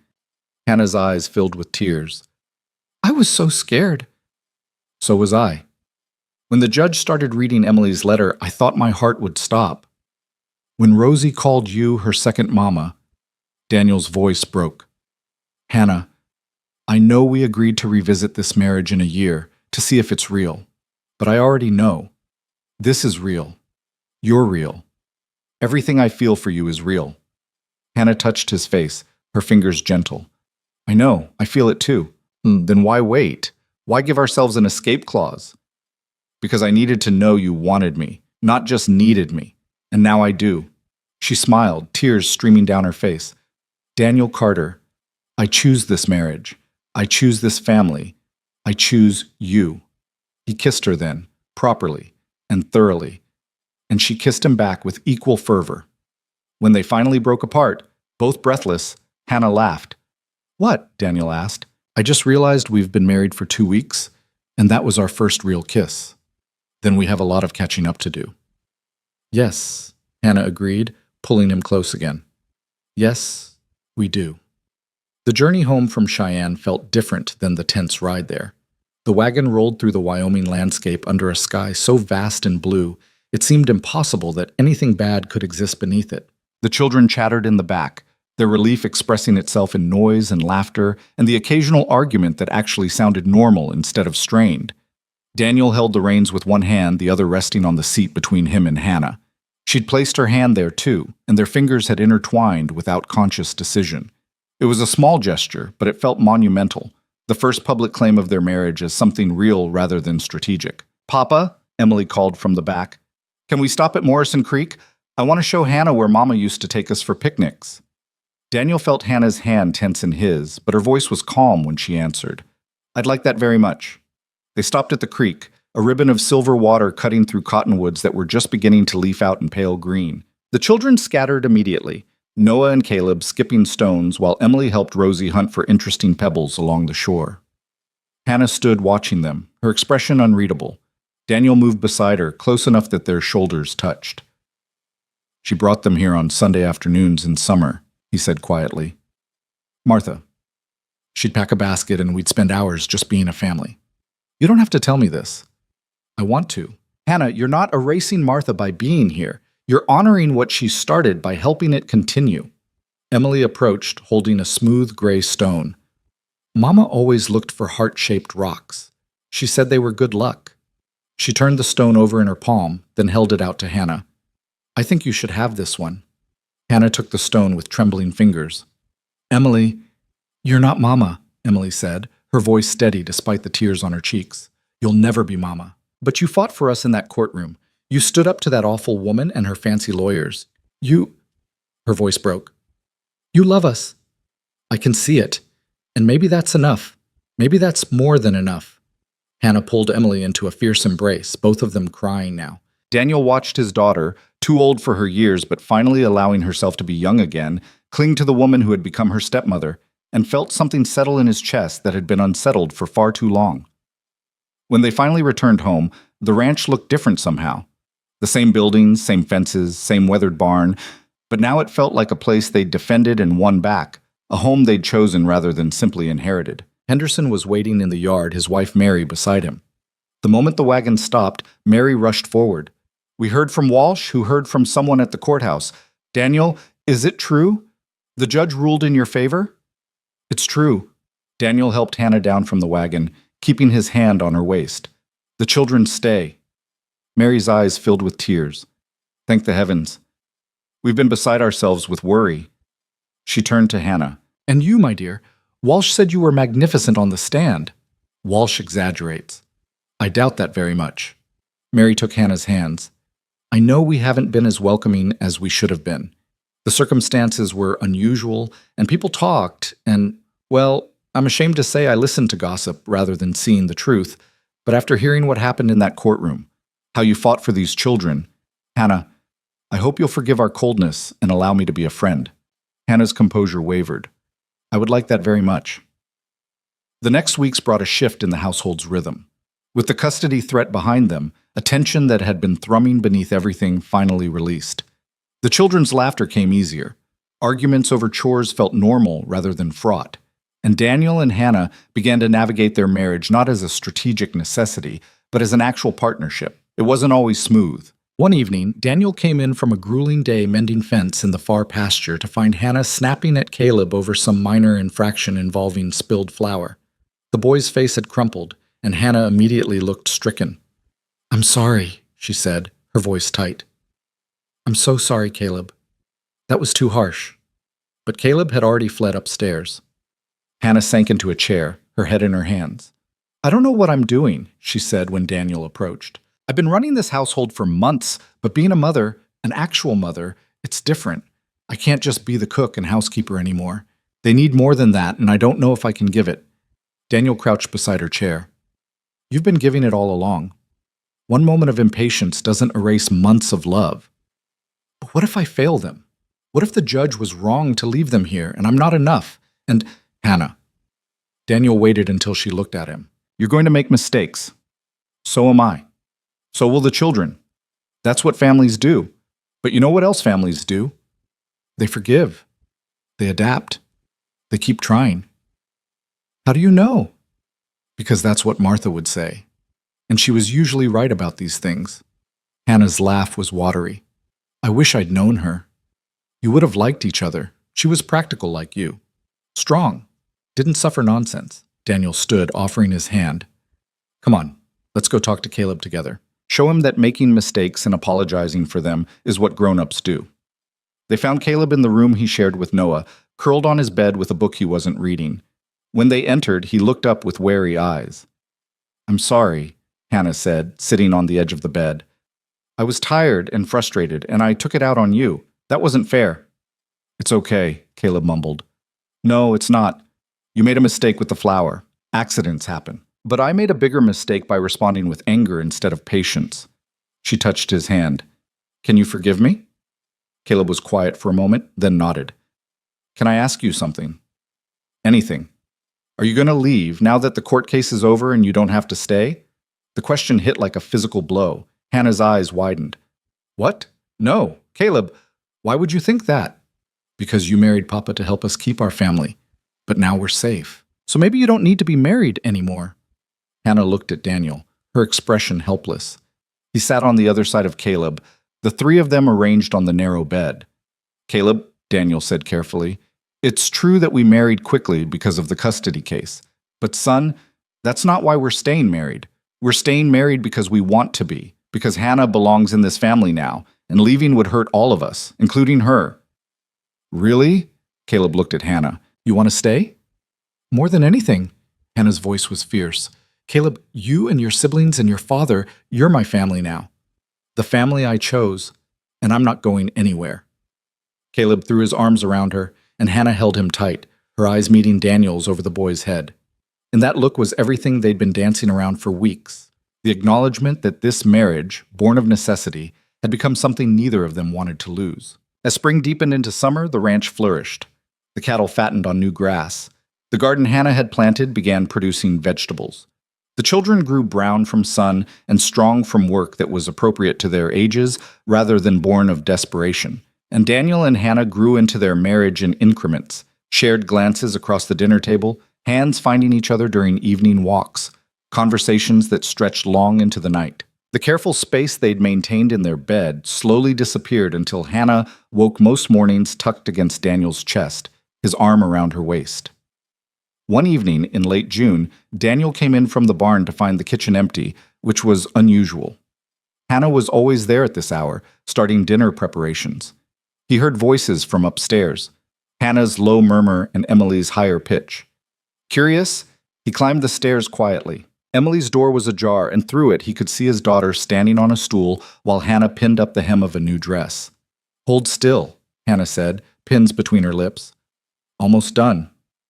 "It's too fancy," Emily protested, but her face was flushed with pleasure. "I'll have nowhere to wear it." "Nonsense. The church social is next month. You'll wear it there and be the prettiest girl present." "Hannah, can I ask you something?" Do you think Mama would be angry about you being here?" Hannah removed the pins from her mouth, her hands stilling. "I think your Mama would want you to be happy and loved and cared for. I think she'd want your father to have a partner in raising you. And I hope, she'd be grateful that someone loves you all as much as I do." Emily was quiet for a moment. "I'm glad Papa married you, even though it was so soon after your Mama's death. Especially because of that. Papa was drowning, Hannah. We all were. You threw us a rope." Emily looked down at her new dress. "I know some people in town still talk. Mrs. Morrison told Mary Henderson it was scandalous how fast Papa moved on. But they don't know what it was like here before you came. Your father loved your mother very much. I know. And he loves you differently, but just as much. I can see it in how he looks at you." Emily smiled. "It's okay, for both things to be true." Daniel backed away from the door before he could be caught eavesdropping, his throat tight with emotion. His daughter, his wise, resilient daughter, had just given Hannah the blessing she'd been seeking without ever asking for it. That night, after the children were asleep, Daniel found Hannah on the porch. The summer air was warm and thick with the scent of sage and hay. She sat on the steps, her head tilted back to watch the stars emerge. "Room for one more?" he asked. She patted the step beside her, and he sat close enough that their shoulders touched. For a while they just sat in comfortable silence, watching the sky darken and the first stars appear. "I heard you with Emily earlier," Daniel admitted. "I wasn't trying to eavesdrop, but it's all right." Hannah leaned her head on his shoulder. "She asked if Martha would be angry about me being here." "What did you really think when she asked that?" Hannah was quiet for a long moment. "Honestly, I hope that wherever Martha is, she can see that her children are loved, that her husband isn't alone anymore, that the family she built didn't fall apart after she left it." She lifted her head to look at him. "Does that sound presumptuous? Me hoping for her approval? It sounds like you understand that love doesn't end just because life does." Daniel took her hand. "Martha would approve of you, Hannah. I'm certain of that." "How can you be certain?" "Because she always said that family was about showing up day after day, doing the work even when it's hard. That's what you do. That's who you are." He brought her hand to his lips. "You showed up for us when we needed it most. You're still showing up. Martha would respect that." Hannah's eyes shone in the starlight. "I love you, Daniel Carter. I don't know when it happened. Maybe that first day when you were standing in your disaster of a kitchen looking so lost. Maybe later when I saw you with the children. Maybe in that courtroom when we fought together. But I love you. I love you too. Have since before I knew it was happening." He pulled her close and she came willingly, tucking herself against him. "We should probably go inside." Probably. But neither of them moved, content to sit in the warm darkness, holding each other. The summer brought its share of challenges. A dry spell in July had Daniel worried about water for the cattle. Noah fell from a horse and broke his arm, sending Hannah into a panic that revealed how deep her attachment had grown. Rosie came down with a fever that had them both sitting up for 2 nights straight, taking turns sponging her forehead with cool water. But it also brought moments of pure joy. Caleb's first successful bread loaf, baked entirely by himself with Hannah supervising. Emily's face when a boy at the church social asked her to dance. Noah's grudging admission that having a stepmother who could set his broken arm properly and tell him to stop being a baby in the same breath was actually pretty useful. And for Daniel and Hannah, it brought the quiet building of intimacy, the inside jokes, the shared responsibilities, the way Hannah anticipated what he needed before he asked, the way he knew when she was overwhelmed and needed space. One afternoon in August, Daniel came in early from the fields, driven inside by heat that shimmered off the ground in visible waves. He found Hannah in the kitchen, teaching all 4 children to make pie. Flour dusted every surface. Rosie had it in her hair. Noah was arguing with Caleb about the proper way to crimp edges, and Emily was rolling out dough with intense concentration while Hannah supervised. "You're making a mess of my kitchen," he observed. Hannah looked up, her face flushed from the heat of the stove, a smudge of flour on her cheek. "Your kitchen? I seem to recall you being banned from cooking here." "Fair point. Our kitchen, then." "Better." She wiped her hands on her apron. "We're making pies for the harvest celebration next week. The children thought we should contribute." "How many pies?" 8, Noah announced proudly. "Apple, cherry, and 2 peach. That's only 7. The 8th is experimental," Caleb said. "Hannah's letting me try a recipe with berries and honey." Daniel leaned against the doorframe, watching his family work together with an ease that would have been impossible 6 months ago. This was what Hannah had built, not just an organized household, but a place where children could make messes and try experiments and argue about pie crimping. "What?" Hannah asked, noticing his stare. "Just thinking about how far we've come." "We've come far, or the kitchen has come far?" "Both." He crossed to her, ignoring the children's giggles, and kissed her soundly despite the flour and the heat and the audience. "Thank you." "For what?" "For saving us. For loving us. For being exactly what we needed." Emily made a gagging sound. "Papa, we're trying to work here." "Yeah," Noah added, but he was grinning. "Save the mushy stuff for when we're not around." "Noted." Daniel released Hannah, who was blushing. "I'll be in the barn if anyone needs me." As he headed for the door, he heard Rosie's voice, clear and certain. "I like when Papa kisses Hannah. It means he's happy." "Me too, sweetheart," Hannah replied softly. "Me too." The harvest celebration came on a Saturday in late August, the whole community gathering at the church grounds for food, music, and dancing. Hannah had been anxious about it, their first public appearance as a married couple at a social event, where people would watch and judge and compare her to Martha. But as they arrived, Mary Henderson swept forward immediately, linking her arm through Hannah's. "Come on, dear, the women are setting up the food tables, and I want everyone to see these gorgeous pies your children made." The emphasis on "your children" was deliberate and kind, and Hannah shot Mary a grateful look. The afternoon passed in a blur of activity. The children ran wild with the other ranch kids, their laughter carrying across the grounds. Daniel found himself in a group of men discussing cattle prices and water rights, but his eyes kept finding Hannah across the crowd. She was surrounded by women now, Mary, the teacher, several others, all of them talking and laughing. Henderson noticed Daniel's distraction. "She's fitting in well." "Better than I expected." "People were skeptical at first," Henderson admitted. "The timing seemed suspicious, but then word spread about the custody hearing, about how she fought for your children, changed a lot of minds." "She has a way of doing that." "Martha would be glad," Henderson said quietly, "that you found someone, that the children have a mother again."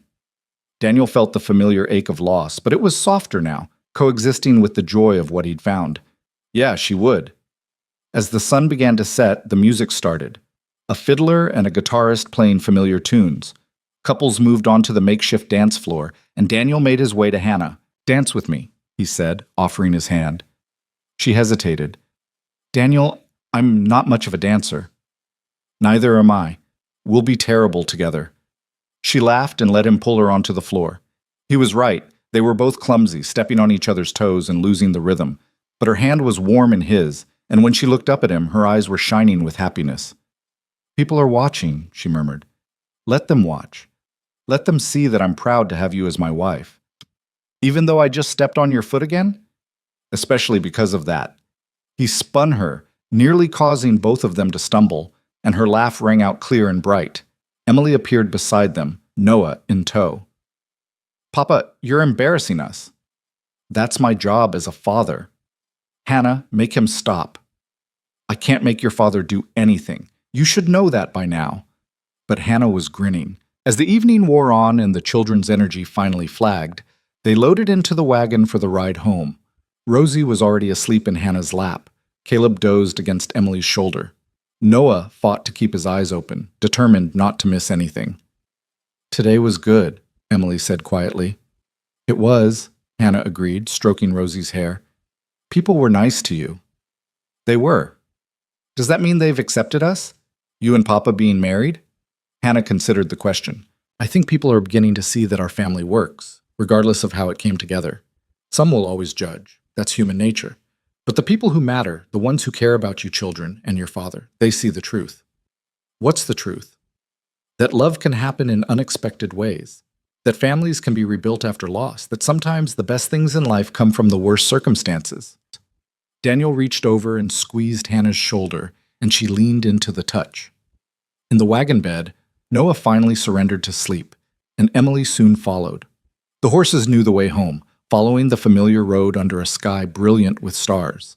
When they arrived, Daniel carried Rosie to bed while Hannah roused the others enough to get them upstairs.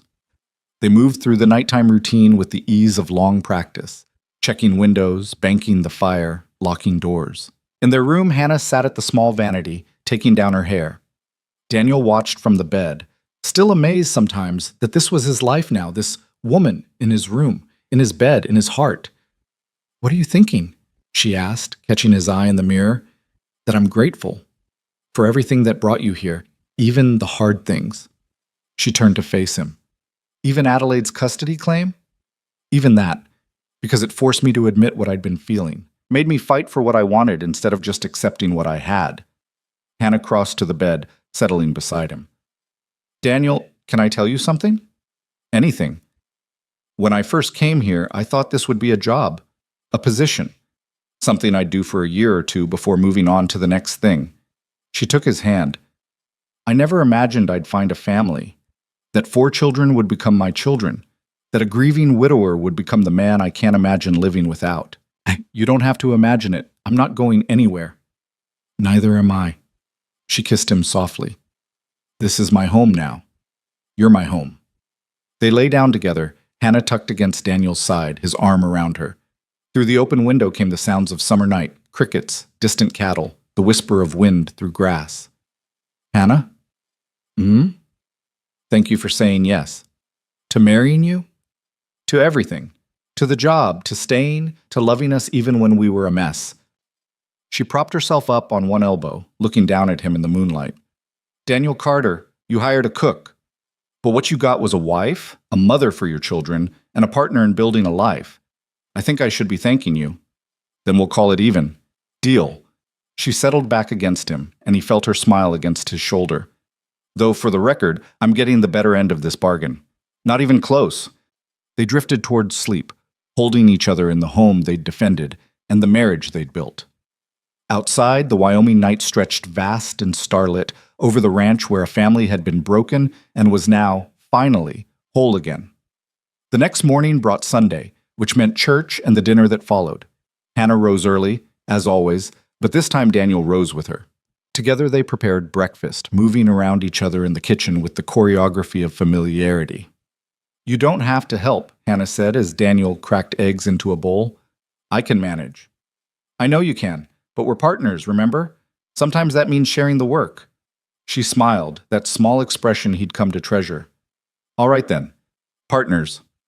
The children came down one by one, drawn by the smell of bacon and fresh biscuits. They ate together, laughing over Noah's story about the previous night's dance and Emily's blushing admission that the Hendersons' oldest son had asked to walk her home from the next social. "Absolutely not," Daniel said automatically. "Papa!" "He's 17, Emily. You're barely 14. "Almost 14, she corrected. "And we'd be walking, not getting married." Hannah hid her smile behind her coffee cup. "Perhaps a compromise? He can walk you home if your father and I are also walking home with you." Emily groaned, but she was smiling. "Fine. That's mortifying, but fine." Church was peaceful, the familiar hymns and prayers washing over Daniel with comfort rather than pain for the first time since Martha's death. Hannah sat beside him, Rosie on her lap, and when it came time for the prayer of thanksgiving, Daniel found he had more to be grateful for than he'd had in a long time. After the service, as people milled about outside, old Mrs. Patterson approached Hannah. She was known as the town gossip, her opinions carrying weight, whether wanted or not. "Mrs. Carter," she said, and Hannah stiffened slightly. "I wanted to tell you that those pies your family brought to the celebration were exceptional. And I saw how you've raised those children, polite, hardworking, well-dressed. You've done well by them." Hannah blinked in surprise. "Thank you, Mrs. Patterson. I'll admit I had my doubts when I heard about the hasty marriage. But seeing you and Daniel together, seeing those children thrive, well, it's clear you belong in this family." She patted Hannah's hand. "Welcome to our community, dear. Properly welcomed, I mean." As Mrs. Patterson walked away, Mary appeared at Hannah's elbow. "Well, if Mrs. Patterson approves, the whole town will follow suit. You've officially arrived." Hannah let out a breath she didn't know she'd been holding. "I didn't realize I needed her approval." "You didn't, but it helps." Mary linked arms with her. "Come on, let's get to my house for dinner before the men eat all the roast." The meal at the Hendersons was loud and chaotic, children running underfoot while the adults talked and laughed. Daniel watched Hannah fit seamlessly into the conversation, her earlier nervousness evaporating as Mary and the other women treated her as one of their own. On the ride home, with the children drowsy in the back of the wagon, Emily spoke up. "Today was good." "It was," Daniel agreed. "People weren't staring at us anymore. At you and Hannah." "No, they weren't." "Does that mean things are normal now?" Hannah turned to look at Emily. "What's normal?" "I don't know, just regular. Not the family everyone gossips about." "I think we're becoming that," Hannah said. "It takes time for people to adjust to change, but we're getting there." "Good." Emily was quiet for a moment. "I like being normal." Daniel reached over and took Hannah's hand, and she squeezed back. Normal. Such a simple word for something that had felt impossible 6 months ago. But here they were. A family that worked, a marriage that thrived, a home filled with love instead of grief. As they pulled into the ranch yard, the setting sun painted the buildings in shades of gold and amber. The barn Daniel had built with Martha, the house where they'd raised their children, the land they'd carved out of wilderness. But now it was also Hannah's barn, Hannah's house, Hannah's land. Not because she'd replaced Martha, but because she'd become part of the story. A new chapter that honored what came before while building something new. That night, tucked into bed with Hannah warm beside him, and his children safe down the hall, Daniel let himself acknowledge the fullness of his gratitude. For the woman who'd answered his advertisement, for the courage to ask her to stay, for the love that had grown in the spaces between necessity and choice. "I can hear you thinking," Hannah murmured, "just counting blessings." "Find any?" "More than I can count." He pulled her closer. "You chief among them." She tilted her face up for a kiss, which he gave gladly. Outside, the night settled over the ranch, their home, their life.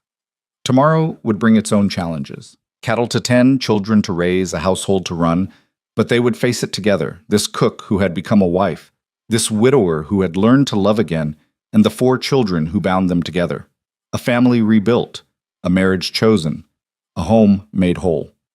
September arrived with the first whisper of autumn, the mornings sharp enough to frost the grass and the evenings cooling fast once the sun disappeared behind the mountains. Daniel woke one morning to find Hannah already dressed, standing at the bedroom window watching the dawn break over the eastern pasture. "Couldn't sleep?" he asked, his voice rough with mourning. She turned, her expression distant. "I was thinking about Emily." "What about her?" "She's growing up so fast. In another few years, she'll be thinking about marriage, leaving home. And the boys, they'll want their own lives eventually. Even Rosie won't be small forever." Hannah wrapped her arms around herself. "What happens when they don't need us anymore?" Daniel rose and crossed to her, pulling her back against his chest. "Then we'll have each other. That's what happens." "Is that enough?" The question caught him off guard. "Isn't it?" Hannah turned in his arms, her eyes searching his face. "Daniel, I love you. I love this life we've built. But sometimes I wonder if you only needed me because the children needed me. What happens when that's no longer true?" "Hannah Brooks Carter, you listen to me." He cupped her face in his hands. "I fell in love with you watching you knead bread at midnight because you were too worried to sleep. I fell in love with you when you stood up to Adelaide's lawyers with that fire in your eyes. I fell in love with you in 1,000 moments that had nothing to do with the children and everything to do with who you are. He kissed her forehead. When the children are grown and gone, I'll still wake up wanting to see your face. That's what happens. She softened against him, her arms coming around his waist. Promise? Promise. Downstairs, they found an unexpected crisis brewing. Emily sat at the kitchen table, her face blotchy from crying, while Noah paced like a caged animal. Caleb stood by the window, his usual quiet replaced with visible agitation. What happened? Daniel demanded. Mrs. Patterson happened, Noah spat. That old busybody went to the school board. Hannah's hand tightened on Daniel's arm. What did she do? Emily looked up, fresh tears spilling over. She said it wasn't proper for us to be taught by Miss Winters anymore, that we need a male teacher for the boys, and that I should be learning from a married woman about domestic duties, not wasting time on books. That's the stupidest thing I've ever heard, Noah said, his voice rising. Miss Winters is the best teacher in 3 counties. She's teaching Caleb mathematics that would challenge men twice his age, and Emily's reading Shakespeare. Noah, calm down, Hannah said, though her own face had gone pale. When did this happen? Yesterday, Mrs. Patterson convinced 2 other mothers to sign a petition. They're presenting it to the school board tomorrow. Emily wiped her eyes. Miss Winters told us today that she might have to resign. She said she can't fight the whole community. Daniel felt rage building in his chest. Like hell she can't. Daniel, Hannah warned, but her eyes held the same fire he felt. No, I'm not letting a bunch of small-minded gossips destroy something good because they have outdated ideas about education. He grabbed his hat from the peg. I'm going to town. Not alone, you're not. Hannah was already untying her apron. Emily, watch your brothers and sister. Your father and I have business in town. The school board met in the room behind the general store, 5 men who looked decidedly uncomfortable with the petition before them. Mrs. Patterson sat in the corner, her expression smug. When Daniel and Hannah entered, her smile faltered. Mr. Carter, Mrs. Carter, this is a closed meeting. My children's education is being discussed, Daniel interrupted. That makes it my business. Board Chairman Robert Walsh cleared his throat. Daniel, we're just reviewing concerns that have been raised about the appropriateness of Miss Winters continuing as the teacher. What concerns? That she's unmarried? That she's a woman? That she actually teaches children to think instead of just memorizing scripture? Now see here, Mrs. Patterson began. No, you see here. Daniel's voice cut across hers like a blade. 6 months ago, my children were drowning. They'd lost their mother, and I was failing them in every way that mattered. Miss Winters kept teaching them when I couldn't even keep them fed. She gave them structure, knowledge, something to hold on to when everything else was falling apart. Hannah stepped forward. Mrs. Patterson, you told me just last week that my children were well-raised, polite, hardworking. Where do you think they learned those things? From Miss Winters, who taught them not just reading and arithmetic, but responsibility and curiosity and the value of education. That's all well and good, Mrs. Patterson said, her voice tight. But it's not proper for a young unmarried woman to be teaching adolescent boys. There should be a man. Why? Hannah's question was sharp. Because men are inherently better teachers, or because you're uncomfortable with the idea of an educated, independent woman having authority? The room went silent. Walsh shifted uncomfortably. Mrs. Carter, no one is questioning Miss Winters' capability. Then what are you questioning? Daniel demanded. Because it sounds to me like you're questioning her character based on nothing but the fact that she's 30 years old and hasn't married. There's been talk, another board member said reluctantly, about her receiving gentlemen callers at the boarding house. You mean her brother? Hannah's voice could have cut glass. Her widowed brother who visits from Laramie once a month? That gentleman caller? Mrs. Patterson's face flushed. I didn't know. No, you didn't, because you were too busy spreading gossip to bother with facts. Hannah turned to the board. Gentlemen, I understand that change makes people uncomfortable. I understand that some folks in this town still haven't accepted that a woman can run her own household, manage finances, make decisions. But that discomfort doesn't give anyone the right to destroy a good woman's livelihood because she doesn't fit into a narrow idea of what women should be. Mrs. Carter has a point, Walsh said slowly. Miss Winters has been teaching here for 5 years without a single complaint until now. Because now people are looking for things to criticize, Daniel said. And you know why? Because my wife showed up and proved that women can be competent, strong, and independent. That threatens people who prefer women to be meek and manageable. Mrs. Patterson stood, her face mottled with anger. This is outrageous. I came here with legitimate concerns. You came here with prejudice dressed up as concern, Hannah said quietly. And I understand why. Change is frightening. But Mrs. Patterson, the world is changing whether we like it or not. Our daughters need to be educated, not just trained to keep house. Our sons need to be taught by people who value learning over gender. And our community needs to decide if it's going to move forward or cling to ideas that no longer serve us. The board members looked at each other, having a silent conversation. Finally, Walsh spoke. I propose we table this petition pending further review. In the meantime, Miss Winters continues teaching unless we receive specific, factual complaints about her conduct. That's not, Mrs. Patterson sputtered. That's my motion, Walsh said firmly. All in favor? 4 hands rose. The 5th board member, clearly intimidated by Mrs. Patterson's glare, reluctantly added his vote. Motion carries. Meeting adjourned. Outside, Daniel and Hannah stood in the afternoon sun, both still trembling with adrenaline. Hannah let out a shaky laugh. Did we just do that? We just did that. Daniel pulled her into his arms, not caring who saw. You were magnificent. I was terrified. You didn't show it. He kissed her soundly, then pulled back, grinning. Though I think you just made an enemy of Mrs. Patterson. I think I already had. At least now it's for a good reason. They rode home to find the children anxiously waiting. When Daniel and Hannah explained what had happened, Emily burst into tears of relief. Noah whooped and punched the air. Even Caleb smiled, a rare full expression of joy. You saved Miss Winters, Emily said, throwing her arms around Hannah. You saved our school. We fought for something worth fighting for, Hannah corrected. But Emily, you need to understand something. There will always be people who think women shouldn't be educated, shouldn't have opportunities, shouldn't make their own choices. You'll face that your whole life. What do I do about it? You prove them wrong. You learn everything you can from Miss Winters. You read those books.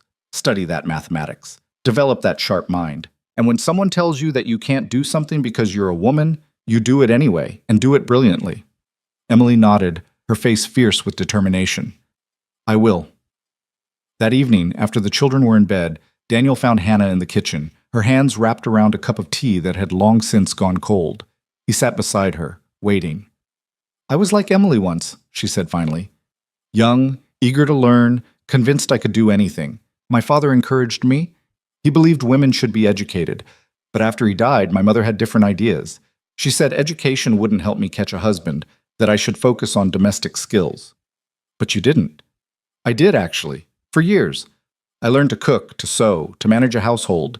I became exactly what society expected. She set down her cup. And I was miserable. It wasn't until I came west that I realized I could choose differently. I could be competent and useful and valued for my skills, not just my marriage ability. And then you met a widower who was burning breakfast and desperately needed exactly those skills. Hannah laughed. Yes, but Daniel, don't you see? If I'd listened to all the people who said I should be content with just being someone's wife, I never would have had the courage to answer your advertisement. I never would have found this life. I'm grateful you didn't listen. So am I. But it makes me wonder how many women are out there right now being told to limit themselves, to shrink their dreams to fit someone else's idea of propriety? How many girls like Emily are going to have their education cut short because people like Mrs. Patterson think books and arithmetic are wasted on women? Daniel took her hand. You can't save everyone, Hannah. I know, but maybe I can save a few, starting with our daughter. The next weeks brought subtle shifts in the community dynamics. Mrs. Patterson remained frosty, but her influence had waned. Other women, younger ones or those with daughters, began seeking Hannah's company, asking her opinions on education, on household management, on balancing traditional roles with personal ambition. Mary Henderson confided one afternoon, as she and Hannah worked on preserving the last of the summer vegetables, that she'd never finished learning to read. My father said it wasn't necessary for a farmer's daughter. I always wondered what was in all those books my brother got to read. It's not too late, Hannah said. If you want to learn, I could teach you. Mary's eyes filled with tears. You would do that? Of course. Bring your children when you come. Emily can watch them while we work. Within a month, 3 other women had joined them. They met twice a week in Hannah's kitchen, practicing letters and sounding out words while children played in the yard. Daniel would come in from the fields to find his home full of women's voices, reading haltingly from primers or the Bible, celebrating small victories. "You're starting a revolution," he told Hannah one evening. "I'm teaching women to read. That's hardly revolutionary. In this town, it absolutely is." He watched her prepare dinner, moving through the kitchen with unconscious grace. "You know they're calling you the reading lady?" Hannah laughed. "That's ridiculous." "It's true. Henderson told me. His wife goes home and practices her letters every night. She's determined to read the newspaper to him by Christmas." "That's wonderful." "It is. But Hannah, you need to be careful. Not everyone appreciates what you're doing." "You mean Mrs. Patterson and others. Change threatens people. You're threatening their comfortable assumptions about how things should be." Hannah set down her knife, her expression turning serious. "Daniel, I can't live my life afraid of threatening people's assumptions. I won't shrink myself to make others comfortable." "I'm not asking you to. I'm just asking you to be aware that there might be consequences." The consequences came sooner than expected. 2 weeks later, the town's minister appeared at their door. Reverend Thompson was a kindly man in his 60s, generally well-liked, but deeply traditional in his views. "Mr. Carter, Mrs. Carter, I wonder if I might have a word." They invited him in, and Hannah served coffee while Daniel waited for the real purpose of the visit to emerge. "I've heard about your reading lessons," Thompson began, addressing Hannah. "Some of the church ladies have expressed concern." "Concern about women learning to read?" Hannah's tone was carefully neutral. "Concern about the, tone of the lessons. I'm told you encourage women to read beyond scripture. Novels, newspapers, even political writings." "I encourage them to read whatever interests them, yes." Thompson shifted uncomfortably. "Mrs. Carter, I don't want to seem critical. Your heart is clearly in the right place, but there's a natural order to things. Men are called to lead, to engage with the world. Women are called to support, to nurture, to create peaceful homes. And reading prevents women from doing that? Reading the wrong things can give women ideas that lead them away from their proper roles." Hannah set down her coffee cup with deliberate care. "Reverend Thompson, with all due respect, I don't believe literacy has a gender. The ability to read scripture, to educate one's children, to understand the world. These aren't masculine or feminine traits. They're human traits. But surely you agree that men and women have different roles, different experiences, perhaps. Different expectations, certainly, but different capacities for learning? No, I don't agree with that at all." Thompson looked to Daniel for support. "Mr. Carter, surely you see the wisdom in maintaining traditional structures. Your wife is an excellent example of womanly virtue. She keeps a beautiful home, raises your children well, supports your work. Why encourage other women to step outside their natural sphere?" Daniel felt Hannah tense beside him. He chose his words carefully. "Reverend, my wife is many things. She's an excellent cook, yes. She manages our household beautifully. But she's also the smartest person I know. She stood up to lawyers in a courtroom and won custody of my children when I was too scared to speak. She taught my daughter that intelligence is nothing to be ashamed of. She's building a life that's bigger than just supporting mine, and our family is stronger for it. I'm not suggesting your wife is unintelligent. No, you're suggesting she should hide that intelligence to make other people comfortable, and I'm telling you that's not going to happen." Daniel reached for Hannah's hand. "My wife can teach women to read without my permission because she doesn't need my permission. She's not my property or my subordinate. She's my partner." Thompson stood, his expression troubled. "I'm sorry you feel that way, Mr. Carter. I'll pray for your family." After he left, Hannah turned to Daniel, her eyes bright with emotion. "Thank you." "For what?" "For defending me, for seeing me as an equal, not a subordinate. Hannah, I learned months ago that you're more than my equal. You're the one who saved this family, the one who keeps us all grounded. Why would I want you to be less than you are?" She kissed him, fierce and grateful, and he pulled her close, feeling the rapid beat of her heart against his chest. The reading lessons continued, despite Thompson's visit and Mrs. Patterson's escalating disapproval.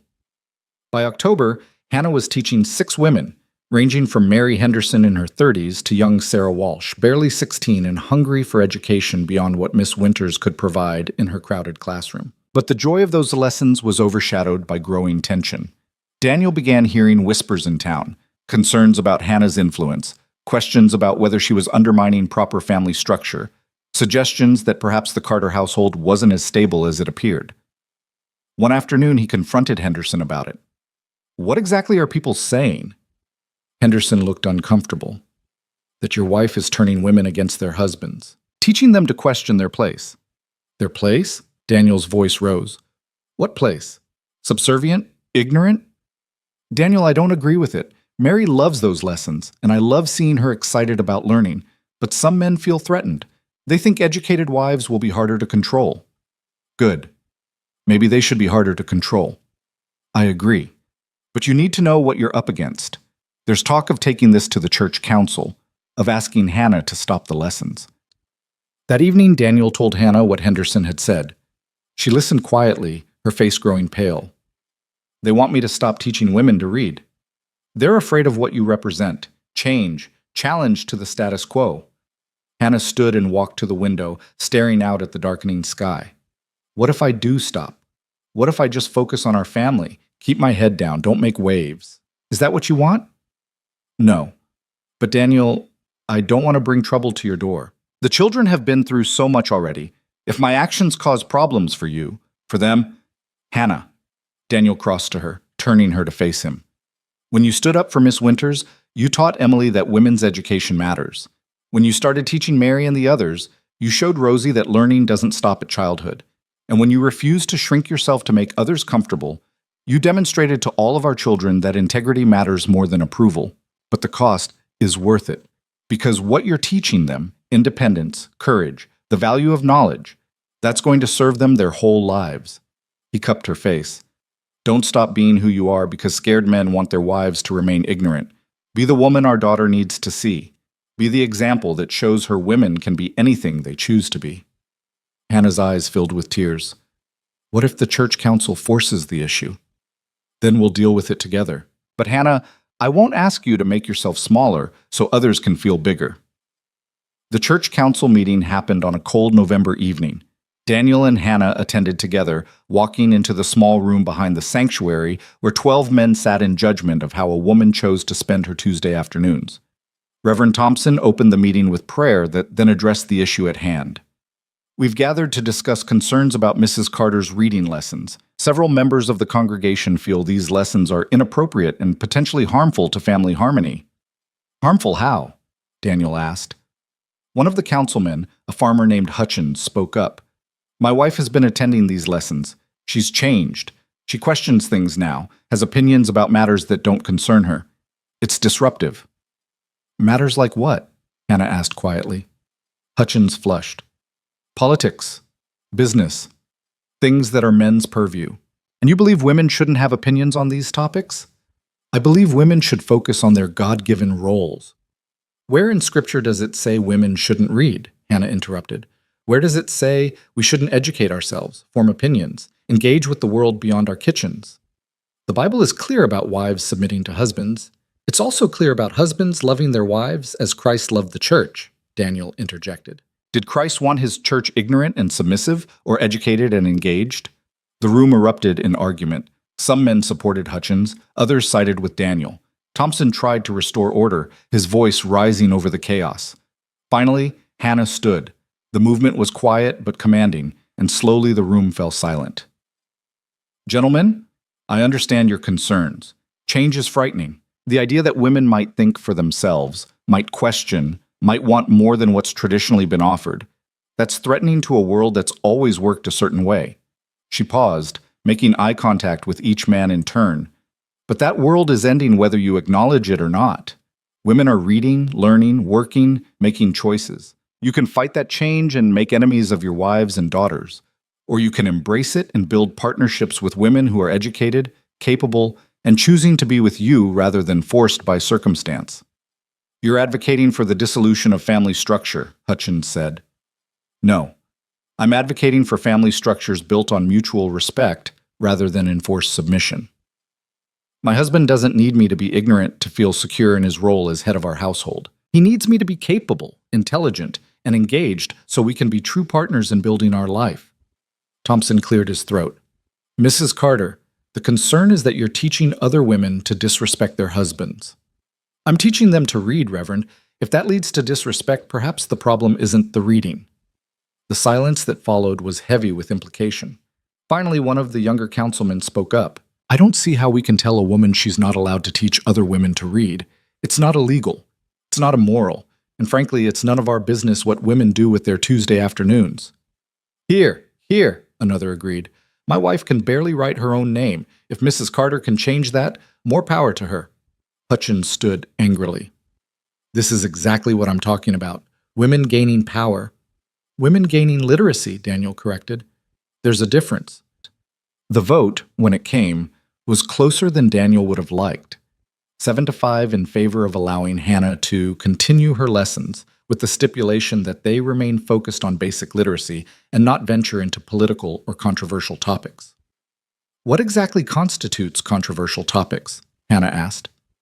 Use your judgment, Mrs. Carter, Thompson said wearily. Just try not to completely upend the social order. Walking home under a sky brilliant with stars, Hannah was quiet. Daniel let her process, knowing she needed space to work through whatever she was feeling. Finally, she spoke. 7-5. That means almost half the council wanted to forbid me from teaching women to read. But more than half supported you. Focus on that. How can I? Daniel, those 5 men, they truly believe women are better off ignorant. What kind of world do they want to build? One that's dying.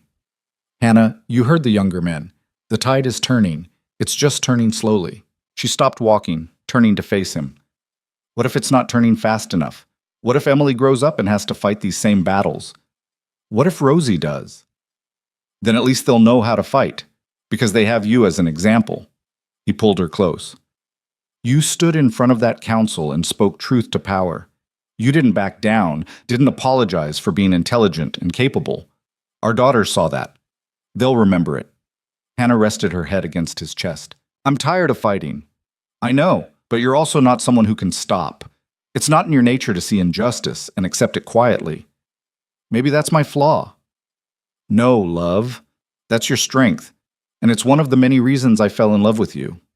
They stood there under the vast Wyoming sky, holding each other against the cold and the exhaustion and the knowledge that the fight wasn't over. But they had each other, they had their children, and they had the conviction that what they were building, a family based on partnership, respect, and equality, was worth defending. Whatever battles tomorrow brought, they would face them together. Winter arrived early that year, sweeping down from the mountains with a vengeance that turned the world white and silent. The first real snow came in late November, blanketing the ranch in drifts that reached halfway up the barn door. Daniel and the boys worked from dawn to dusk, ensuring the cattle had access to hay and water, while Hannah and Emily fortified the house against the cold. The reading lessons moved indoors permanently, the women gathering around Hannah's kitchen stove twice a week, their children playing in the parlor while they labored over primers and slates. The controversy had died down somewhat, replaced by the more immediate concerns of surviving a harsh winter, but tension still simmered beneath the surface of community interactions.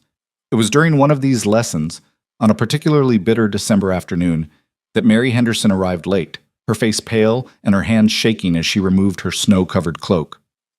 "Mary, what's wrong?" Hannah asked, guiding her to a chair near the stove. Mary's eyes filled with tears. "It's my Robert. He's had an accident. The barn roof collapsed under the snow weight. His leg is badly broken, and the doctor says he won't be able to work for months." The other women gathered around, offering comfort and concern. Hannah's mind was already working through the implications. The Hendersons had 3 children, a modest ranch, and no savings to speak of. Without Robert's labor, they would struggle to survive the winter. "What will you do?" Sarah Walsh asked. "I don't know." Mary wiped her eyes. "The doctor bills alone will take everything we have. And someone needs to manage the ranch work, but I don't know how. Robert always handled everything outside the house." Hannah exchanged a glance with the other women, seeing her own thoughts reflected in their faces. This was exactly the kind of situation that showed why women needed to be more than just housekeepers. They needed skills, knowledge, the ability to manage when crisis struck. "We'll help," Hannah said firmly. "Our husbands can take turns checking your cattle, mending fences, handling the heavy work. And Mary, you're going to learn to manage that ranch yourself." "I can't possibly." "You can. You're intelligent, capable, and you've lived on that ranch for 15 years. You know more than you think you do." Hannah looked around at the other women. "We all do. It's time we proved it." That evening, Hannah presented the plan to Daniel. The men can handle the physical labor, but Mary needs to learn ranch management, accounting, livestock assessment, negotiation with buyers. Things Robert always kept from her because he thought she didn't need to know. Daniel listened, then nodded slowly. It's a good plan. But Hannah, you realize this is exactly the kind of thing that will set Hutchins and his allies off again. Women managing ranches, making business decisions. I don't care. Hannah's voice was steel. Mary's family will starve if she can't step up. Her comfort with gender roles matters less than her children's survival. I agree. I'm just warning you about the backlash. Let them talk. We have work to do. The community response was mixed. Some ranchers, including Henderson himself, were grateful for the help and didn't care that a woman was learning to run a ranch. Others grumbled about the impropriety of it all, about women getting ideas above their station. Mrs. Patterson predictably was scandalized. She made her feelings known after church one Sunday, her voice carrying across the yard. It's unnatural, that's what it is. A woman negotiating cattle prices, managing ranch hands. What's next? Women voting? Running for office? Would that be so terrible? The question came from Emily, who had been listening with increasing indignation. The adults turned to stare at her. Mrs. Patterson's face went red. Young lady, you should show more respect. Respect for what? For the idea that half the population should remain ignorant and powerless. Emily's voice was steady, though her hands shook. Mrs. Henderson is learning to save her family. That's not unnatural. That's survival. Emily, Hannah said quietly, pride and concern warring in her voice. Perhaps, no, Mama. The word, Mama, not Hannah, stopped everyone cold. Emily had never called her that before. You taught me to speak truth. You taught me that being a woman doesn't mean being less than. I won't stay silent while people say otherwise. Mrs. Patterson drew herself up. Your mother would be appalled at your behavior. My mother is standing right here, Emily said, gesturing to Hannah, and she taught me to use my voice. Daniel put his hand on Emily's shoulder, his expression fierce with pride. My daughter's right. And Mrs. Patterson, I'll thank you not to speak about my late wife when you have no idea what she would have wanted for her children. The confrontation rippled through the community, becoming the talk of the town. Some praised Emily's courage. Others decried her disrespect. But no one could ignore the fundamental question she'd raised. Why should women be kept from knowledge that might save their families? The answer came in February, when Mary Henderson successfully negotiated the sale of a portion of her herd, getting a price higher than Robert had achieved the previous year. She'd done her research, understood the market, and refused to be lowballed by buyers who assumed a woman wouldn't know any better. When word spread of her success, something shifted. Women began asking different questions of their husbands, about finances, about business decisions, about the work that happened outside the domestic sphere. Men who had always handled everything alone found their wives wanting to be partners in all aspects of their lives, not just the household. Not everyone welcomed this change. Hutchins made good on his threat to cause trouble, spreading rumors that the Carter household was a den of radical ideas, that Hannah was corrupting good Christian women with dangerous notions of equality.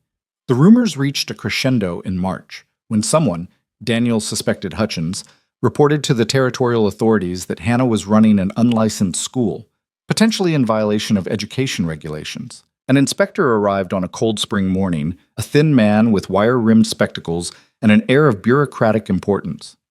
Daniel met him in the yard, tension coiling in his gut.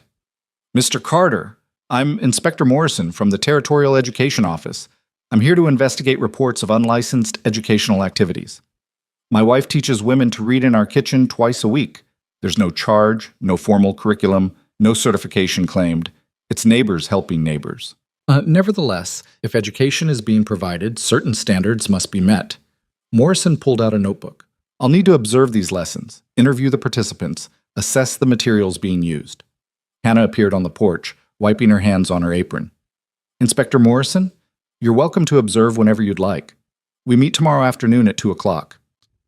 The inspector arrived the next day to find 7 women gathered around Hannah's kitchen table, ranging in age from 16 to 50. Their children played in the next room, supervised by Emily. The lesson in progress was simple, practicing writing their names and addresses. Morrison watched for nearly an hour, taking notes, occasionally asking questions. The women were nervous at first, but Hannah's calm presence steadied them. She corrected mistakes gently, encouraged effort, celebrated small victories. When the lesson ended, Morrison asked to speak with Hannah and Daniel privately. His expression was unreadable as he flipped through his notes.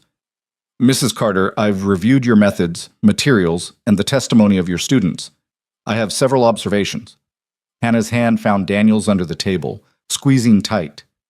"First, you're providing a valuable service. Adult literacy is a significant problem in this territory, particularly among women. Second, your methods are sound, patient, encouraging, appropriate to your students' levels. Third, the women I spoke with are uniformly grateful for the opportunity you're providing." Daniel felt Hannah relax slightly. "So there's no issue with the lessons continuing?" "Legally, no.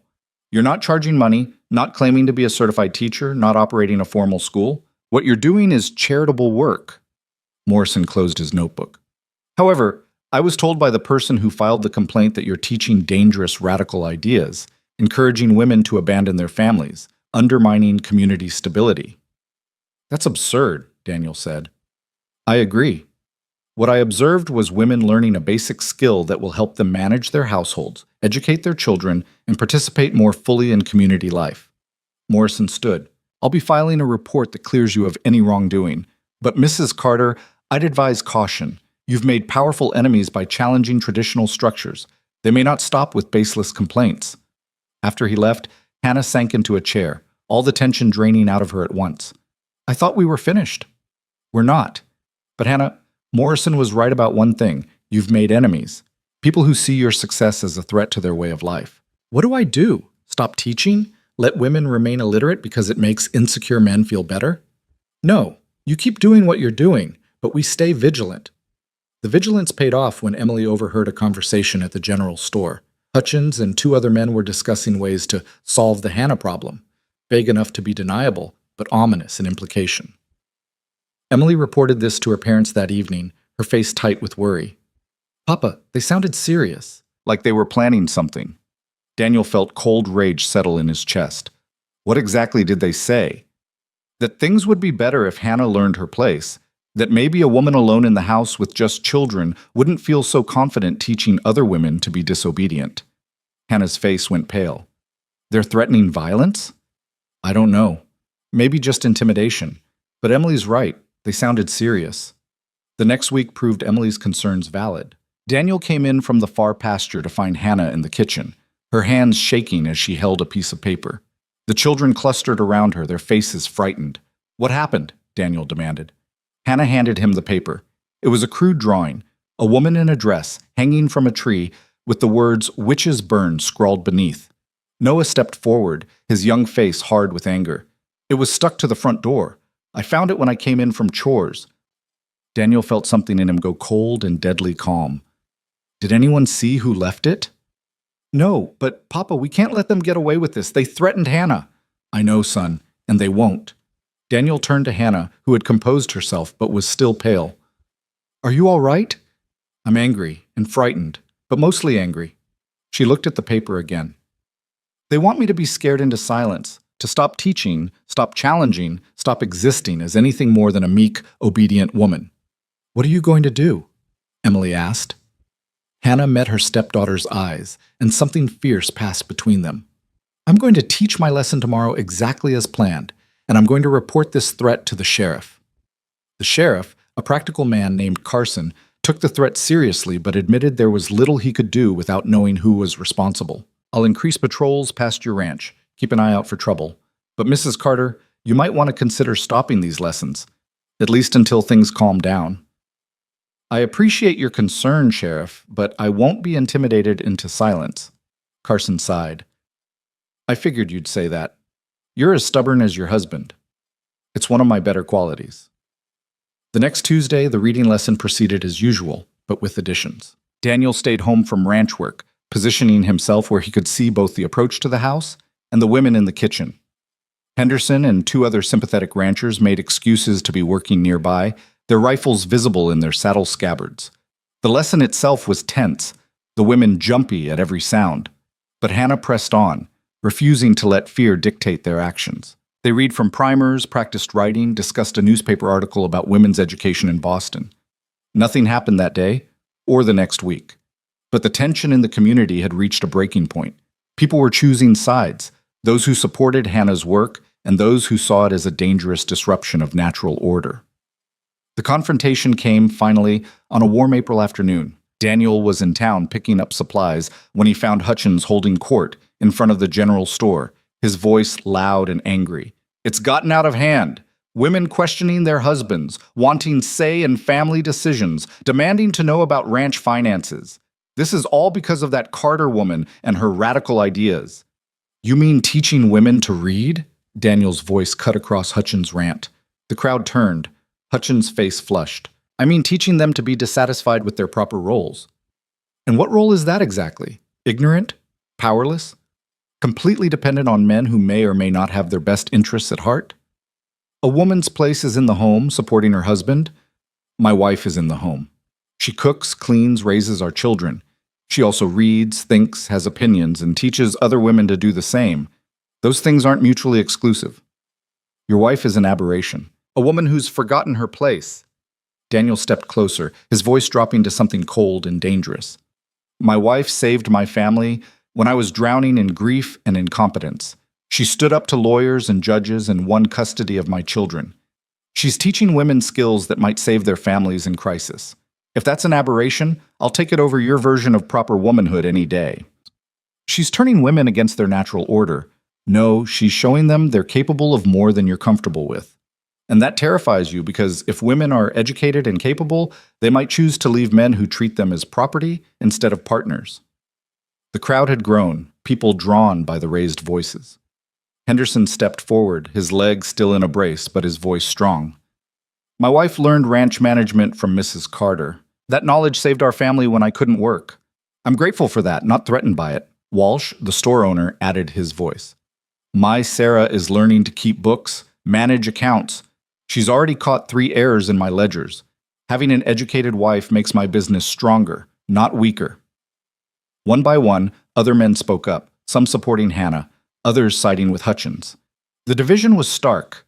The community split down the middle. Finally, Reverend Thompson stepped forward, his voice cutting through the argument. "Gentlemen, please, this is neither the time nor the place for this discussion." "Then when is?" Daniel demanded. "How long do we avoid talking about the fact that half our population is kept deliberately ignorant because it makes the other half feel powerful?" Thompson looked troubled. "Mr. Carter, I understand your passion, but surely you see that there are dangers in disrupting traditional structures too quickly. The only danger I see is in maintaining structures that limit human potential based on arbitrary characteristics like gender." Daniel looked around at the crowd. "My wife is intelligent, capable, and strong. She's everything a partner should be. If that threatens you, the problem isn't with her, it's with you." The silence that followed was heavy with implication. Then, surprisingly, it was Mrs. Patterson who spoke. Her voice was quieter than usual, almost reflective. "I've been thinking about what Mrs. Carter said in that church council meeting, about partnerships versus submission." She paused, and the crowd leaned in. "My husband has been dead for 10 years. I've managed my household, my finances, my life without a man's guidance. If I can do that as a widow, why do we insist married women can't do the same?" The murmur that ran through the crowd was electric. Mrs. Patterson, the bastion of traditional values, questioning the very structures she'd defended. "Because it's not about capability," Hutchins said, his voice rising with desperation. "It's about order, divine order, men leading, women following. Where in Scripture does it say women shouldn't read?" The question came from Sarah Walsh, her young voice clear and certain. "Where does it say we shouldn't use our minds, develop our skills, contribute to our communities beyond cooking and cleaning?" The Bible is clear about women's roles. The Bible also speaks of Deborah, who led Israel, of Priscilla, who taught theology, of Lydia, who ran a business. Emily had appeared, her arms crossed and her expression fierce. "If you're going to use Scripture to keep women ignorant, at least be honest that you're cherry-picking verses to support what you already believe." Daniel felt pride surge through him at his daughter's courage, even as he worried about the backlash. But the crowd's reaction surprised him. Some of the older women were nodding. Several younger men looked thoughtful rather than angry. Thompson raised his hands. Please, let's not turn this into a theological debate in the street. Perhaps we should organize a proper town meeting to discuss these issues. What's there to discuss? Walsh asked. Whether women should be allowed to read? That's not a question, it's a right. The question, Henderson added, is whether we're going to be a community that values all its members or one that deliberately keeps half its population powerless. Seems like a pretty clear choice to me. Over the next weeks, something remarkable happened. The town meeting Thompson proposed turned into a series of gatherings where people actually listened to each other instead of just arguing. Women spoke about their experiences, their frustrations with being excluded from decisions that affected their lives. Men talked about their fears of change, of losing authority they'd always assumed was rightfully theirs. Hannah participated in these meetings, but she also stepped back, letting other women's voices take the lead. Mary Henderson spoke eloquently about how literacy had saved her family. Sarah Walsh talked about discovering abilities she never knew she had. Even quiet women who had never spoken publicly before found their voices, sharing stories of feeling diminished, overlooked, assumed to be less capable than they were. And slowly, grudgingly, minds began to change. Not everyone's. Hutchins remained adamant in his opposition, and a core group of men continued to view educated women as a threat. But enough shifted that the dynamic in the community transformed. The reading lessons continued, growing to include 15 women. Hannah began teaching basic arithmetic and household accounting. Several women formed a lending library, sharing books and newspapers. And Emily, with Miss Winter's encouragement, started talking about attending teachers' college after finishing her own education. By summer, the changes were undeniable. The town had evolved from a place where women's intellectual development was discouraged to one where it was, if not universally celebrated, at least accepted by most. The Carter's Ranch had become an unofficial gathering place for women seeking education, conversation, and community. One evening in July, as Daniel and Hannah sat on their porch watching the sunset over the mountains, she reflected on how far they'd come. A year ago, I was just the cook you hired to keep your children fed. You were never just anything. Daniel pulled her closer. From the moment you rode up to this ranch, you were exactly what we needed. I never imagined it would lead to all this. Community upheaval, near violence, fundamental questions about gender and power. Regret it? Hannah was quiet for a moment, considering. No. Because look what we built, not just our family, though that's the most important part, but a community where women have voices, where girls like Emily see possibilities beyond just marriage and motherhood. Though marriage and motherhood aren't bad things. No, they're wonderful things. When they're chosen, not enforced.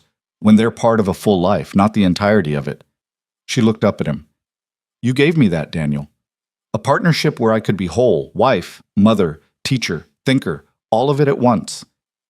You gave me the same, a family that works, children who are thriving, a life that's about more than just survival. They sat in comfortable silence, watching the children play in the yard. Emily was reading to Rosie under a tree. Noah and Caleb were building something with scrap wood, their heads bent together in concentration. They're going to be all right, Hannah said. Even when they're grown and gone, even when they face their own battles, they'll be all right because they know what a real partnership looks like. Because they had you showing them. Because they had us showing them. Together. The word hung in the air, simple but profound. Together. That was what they'd built. A life where two people supported each other fully. Where gender didn't determine worth or capability, where love meant partnership rather than hierarchy. As autumn approached again, marking a full year since the custody hearing, the Carters hosted a harvest celebration at their ranch. The whole community came, even Hutchins, though he stayed on the periphery, watching with disapproval he no longer bothered to voice.